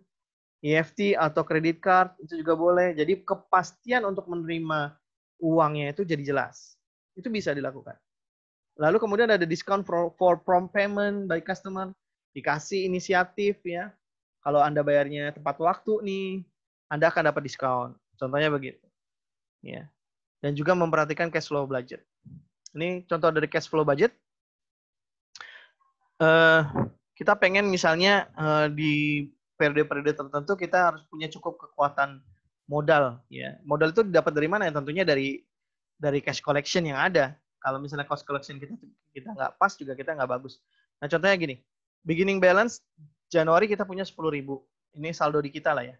Projected cash receipt ada cash sales 7.000, ada collection and accounts 26.000. Artinya kita punya total cash yang available untuk kita nikmati di akhir bulan Januari adalah 43.000. Yang akan keluar dalam rangka untuk membuat produk dan sebagainya perkiraannya 32.000. Artinya kita punya ending balance adalah 11.000. Nah, ini desired minimum balance ini sudah kita tetapkan di awal, yang tadi Kak Ferry cerita di awal terkait manajemen harus menentukan apa, gitu kan? Ini udah ditetapkan. Kalau misalnya desired minimum balance-nya ini ada 8.000, kita masih punya 11.000, nggak perlu kita pinjem-pinjem, kan gitu. Tapi kalau ending balance-nya di sini contohnya di Februari secara cash flow budget kayaknya nggak bagus, berarti kita harus pinjam 500 untuk menutupi kekurangan 8.000 tadi. Ya. Contohnya seperti itu. Ya. Jadi untuk setiap bulan mengalir seperti ini kita bisa tahu berapa beban kebutuhannya, cash flow yang kita inginkan bagaimana. Itu juga menjadi bagian dan acuan ya bagi seorang akuntan untuk mengecek bahwasanya perusahaan tetap berkinerja bagus. Baik, adik-adik sekalian, sudah selesai apa yang Kak Ferry sampaikan pada kesempatan kali ini. Untuk latihannya nanti ada seperti biasa ya. Namun belum tersedia. Nanti kalau sudah tersedia Kak Ferry kasih tahu di grup. Ya. Mungkin hari Minggu baru keluar gitu ya. Sampai dengan pekan depan lah bisa dikerjakan gitu. Jadi masih feel free untuk bisa mengerjakan itu. Sekali lagi untuk pekan pertemuan berikutnya, silakan siap untuk dengan materi yang sekarang seperti biasa akan kita ujikan untuk pretest gitu ya. Pretest sebelum masuk kelas. Jumlahnya 10-an pilihan ganda saja. Kalau untuk yang biasa nanti akan ada model soal dan kemudian ada model esai seperti biasanya ketika post test kelas lah gitu ya. Seperti itu. Silakan ada yang ditanyakan atau yang dikonfirmasi? Kak, izin bertanya boleh? Boleh, memang boleh bertanya. Iya. Silakan. Saya Eka, absen ya, Eka. 10. Siap, Eka. Izin bertanya terkait pencurian, tapi yang shipping. Kan tadi kan ada label atau apa RFID. Nah, kalau semisalnya pas ngirim tiba-tiba kecurian itu perlakuan perusahaannya itu gimana ya? Kira-kira? Pas apa ngirim diganti? Ketika dan kecurian di jalan. Iya. Gitu maksudnya? Misalnya kalau sekarang ada apa sih? Dirampok lah gitu ya di tengah jalan gitu ya. Gitu maksudnya? Bisa jadi ya. Intinya nggak nyampe ke pelanggan gitu. Ya, tergantung jawabannya. Waduh. Kan iya, jadi gini, kalau terkait dengan shipping, tadi kan ada 2 metode. Ingat nggak di awal? Tadi slide ini berbicara ketika shipping dia ada dua yang dapat dipilih oleh manajemen. Apakah manajemen bikin shipping sendiri, gitu kan? Artinya ekspedisinya ekspedisi internal, ya nggak? Yang kedua, kurir. Ingat nggak tadi Kak Ferry bilang begitu di awal? Iya, kurir. Ya, kurir. Kalau dia yang dipilih adalah kurir, artinya resiko itu ditanggung kurir. Perusahaan terima beres kan gitu. Jadi kalau misalnya sudah dikasih ke kurir, nah ini kan salah satu dari dua pilihan. Tapi kalau dia ekspedisi sendiri, ya mau nggak mau, suka nggak suka harus diganti dong, namanya barang orang kan, gitu kan. Nah itu balik lagi tadi dari risiko-risiko yang ada tadi, kan manajemen harus memutuskan, ya nggak? Manajemen harus memutuskan apakah dia akan melakukan ekspedisi itu melalui kurir dengan keuntungannya apa? Mungkin harga lebih mahal, gitu kan? Mungkin harga lebih mahal, atau jangan-jangan harga lebih murah, tergantung juga sih. Kemudian tingkat risikonya jadi kecil karena sudah di luar dari kita, kan gitu. Ya masalah tanggung jawabnya kan nanti dia akan punya strategi sendiri mereka itu. Biasanya pakai insurance mereka itu kan. Kalau suka beli Topet atau Shopee nggak? Suka ada kan diiringi dengan asuransi pengiriman barang gitu ya. Itu kan strategi mereka sebenarnya nggak mau disalahkan gitu kan ya. Jadi kemudian dia lempar lagi risikonya kepada pihak asuransi kan gitu sebenarnya itu kan. Jadi model-model seperti itulah kejadiannya. Semoga menjawab ya. Jadi kalau dirampok ya tergantung. Kalau misalnya dia ekspedisi dia sendiri ya berarti dia harus bikin lagi, ya nggak? Dia harus bikin lagi kontrolnya, misalnya diiringi sama kepolisian kalau barangnya memang rawan dicuri, ya nggak? Atau di dalam box yang biasa, itu kan bentuk-bentuk kontrol lain. Kebayang ya? Jadi tergantung modelnya. Oke, makasih banyak Kak. Sama-sama. Ada lagi nggak? Silakan. Izin bertanya Kak. Boleh. Saya Farhan, absen 22. Silakan Farhan. Sebenarnya saya masih bingung sih Pak sama terminologi di SIA. Tadi ada apa ya? Bedanya locksbox sama apa? Electronic locksbox itu. Saya masih nggak tahu Pak. Oke. Kita langsung baca aja kalau itu mah di Romni ya. Nih. Di Romni. Iya kan berarti kayak kita belum baca Romni aja nih, ya enggak? Lockbox. Sama kayak apa ya Kak? Kayak bill of lading gitu. Masih. Ya itu sebenarnya istilah ya itu sebenarnya sih istilah-istilah aja ya. Ini kita kasih contoh ya. Istilah-istilah ada dalam pengiriman. Kayak bill of lading itu kan sebenarnya dia semacam persetujuan gitu ya, persetujuan untuk melakukan pengiriman. Nah, untuk lebih jelasnya di Romni ini yang paling pojok-pojok seperti yang biasa Kak Ferry bilang. Seperti ini ya. Ada lockbox.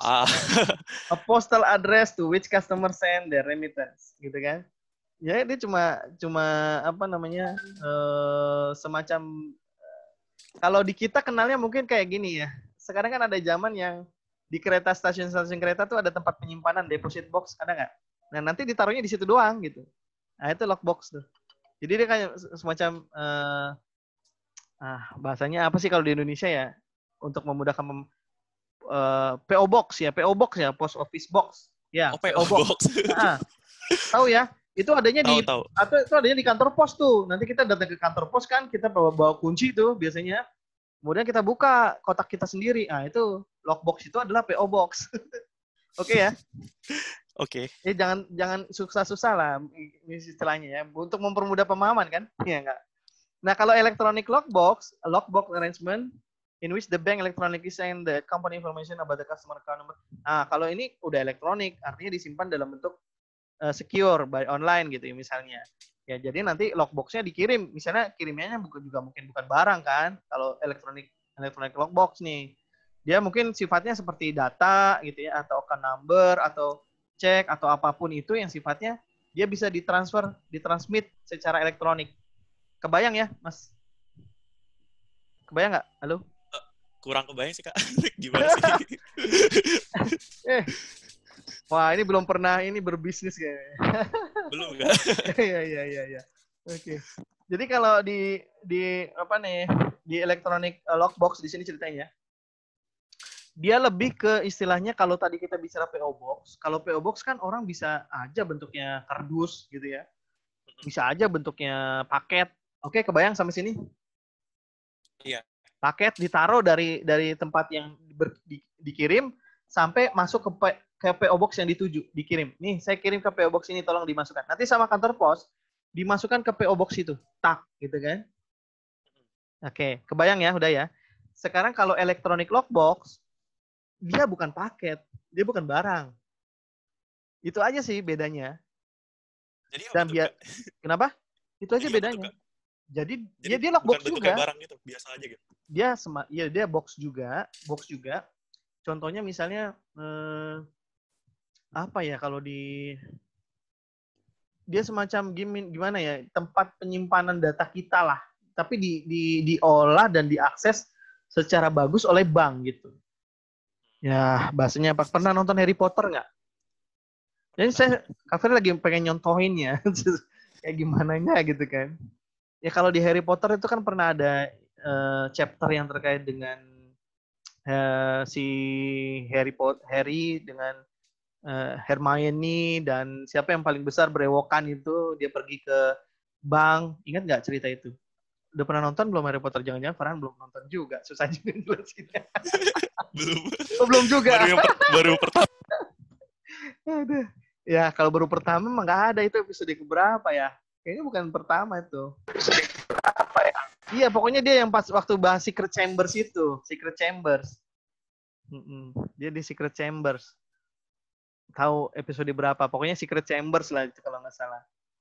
Nah itu dia kan masuk ke bank itu kan, sampai dianterin, sampai di depan pintunya, kemudian dikasih kuncinya, dibukalah itu. Nah kalau elektronik, dia tetap ada di bank gitu kan. Aksesnya diberikan juga, tapi dengan bentuk password gitu kan. Dengan bentuk password ya. Dengan bentuk, ya misalnya juga terkait dengan pengiriman uangnya, daripada harus dalam bentuk ceknya dikirim, nanti rusak, nanti jatuh, nanti apa, dia kirimnya dalam bentuk uang. Scan di sana, di bank yang satu, di bank yang satunya nanti bentuk cek dapatnya. Itu namanya electronic lockbox, bisa seperti itu. Oke. Ya, gampangnya gini Farhan. Jadi kalau untuk yang lockbox dia bentuknya fisik. Itu aja ya gampangnya. Ya kalau ditanya yaitu kotak penyimpanan untuk pengiriman dalam bentuk fisik. Nah, udah jawab gitu betul. Kalau electronic lockbox, dia kotak penyimpanan dalam bentuk elektronik gitu elektronik. aja. Oke. Jadi transfer elektronik bukan fisik. Oke. Kalau bill of lading itu tadi yang Kak Ferry bilang tuh, lading, cari aja tuh lading. Nah, kan keluar tuh. Nih. Jadi ada di bagian kanan biasanya. Nah, tuh bill of lading, a legal contract that defines responsibility for goods while they are in transit. Jadi dia semacam kalau adik-adik tahu nggak, semacam ada kertas gitu ya. Kertas itu ada tandanya tuh, misalnya, bayangin gimana ya? Gini. Kalau di Tokopedia atau beli belanja dimanapun di online, itu kan pasti ada barang Anda sedang ada di Depok. Pernah lihat itu nggak? Barang Anda sedang ada di pusat deposit di Jakarta misalnya. Barang Anda sudah tiba di Bandara Papua. Nah, itu namanya bill of lading. Bill of lading dalam pengertian di setiap tempat yang tadi mampir dokumennya atau barangnya itu kemudian ditandai oleh yang bersangkutan. Itu semacam bentuk tanggung jawab per person yang ada. Kebayang ya? Kebayang, Kak. Ya, jadi seperti itu. Jadi dia akan menunjukkan siapa yang bertanggung jawab atas keberadaan tuh barang saat melakukan shipping. Oke. Ada lagi selain Farhan? Ya pelajaran logik aja sih ya. Kalau masalah masih bingung Mas Farhan, kalau masih bingung terkait dengan terminologinya, baca aja nih. Bagusnya Romni adalah dia sudah memisahkan yang aneh-aneh tadi ya, menurut Mas Romni, menurut Mas Romni, yang menurut Farhan aneh-aneh tadi, Romni sudah pisahkan nih di bagian pinggir-pinggir seperti ini nih. Enaknya di situ. Jadi kita bisa langsung lihat, kita bisa cari. Punya soft copy-nya kan ya, kalau punya soft copy-nya kan enak, tinggal search aja. Kayak Kak Ferry sekarang lakukan. Tinggal search aja. Oke. Ada lagi? Semoga jelas ya. Intinya Kak Ferry wrap up nih sebagai penutup. Kita bisa selesaikan kelas lebih awal. Jadi di materi kali ini kita belajar tadi terkait dengan revenue cycle ya. Terkait dengan pendapatannya. Di pendapatan itu ada beberapa proses aktivitas yang terjadi. Ya, mulai dari pemesanan, pengiriman barang, penagihan, sampai proses penerimaan pembayaran. Ya.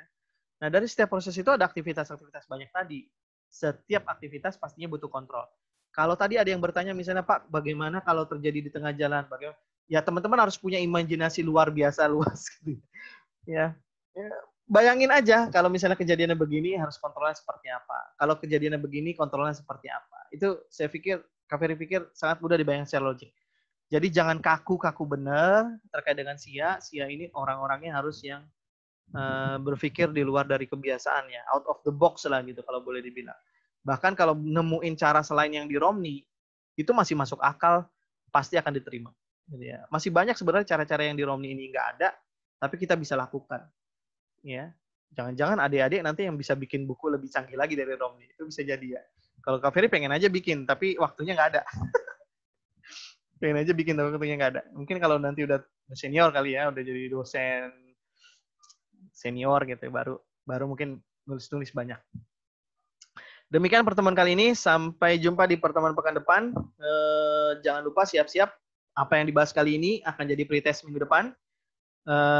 Siap-siap juga selepas ini mungkin sekitar hari Minggu ya, nggak bisa hari Sabtu, mungkin hari Minggu akan di-upload di kelas marker seperti biasa untuk dikerjakan selama 1 minggu. Dengan catatan ini tidak bisa keluar masuk ya. Jadi nggak berlaku lagi yang keluar masuk. Jadi ini cuma sekali masuk aja, dikerjakan secara tuntas. Jadi sediakan waktu cukup untuk mengerjakannya. Sejam cukup lah. Gitu. Insya Allah. Iya. Oke, terima kasih semuanya. Kayaknya tadi sudah difoto ya, sudah difoto semuanya. Jadi coba dicek lagi. Coba difoto lagi. Dicek lagi karena takutnya kayak dosen yang tadi. Ya, oke.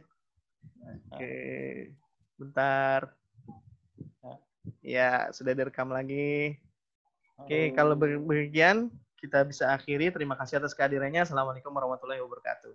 Waalaikumsalam warahmatullahi wabarakatuh. Terima kasih Kak. Sama-sama. Sekali lagi kalau ada pertanyaan di luar kelas, silakan ya. Kalau ada pertanyaan di luar kelas, silakan ya lewat WA ya. Jadi nggak perlu nunggu sampai kelas lagi baru nanya. Di luar kelas pun boleh. Ya, silakan. Terima kasih. Oke, silakan kalau mau yang live, silakan live.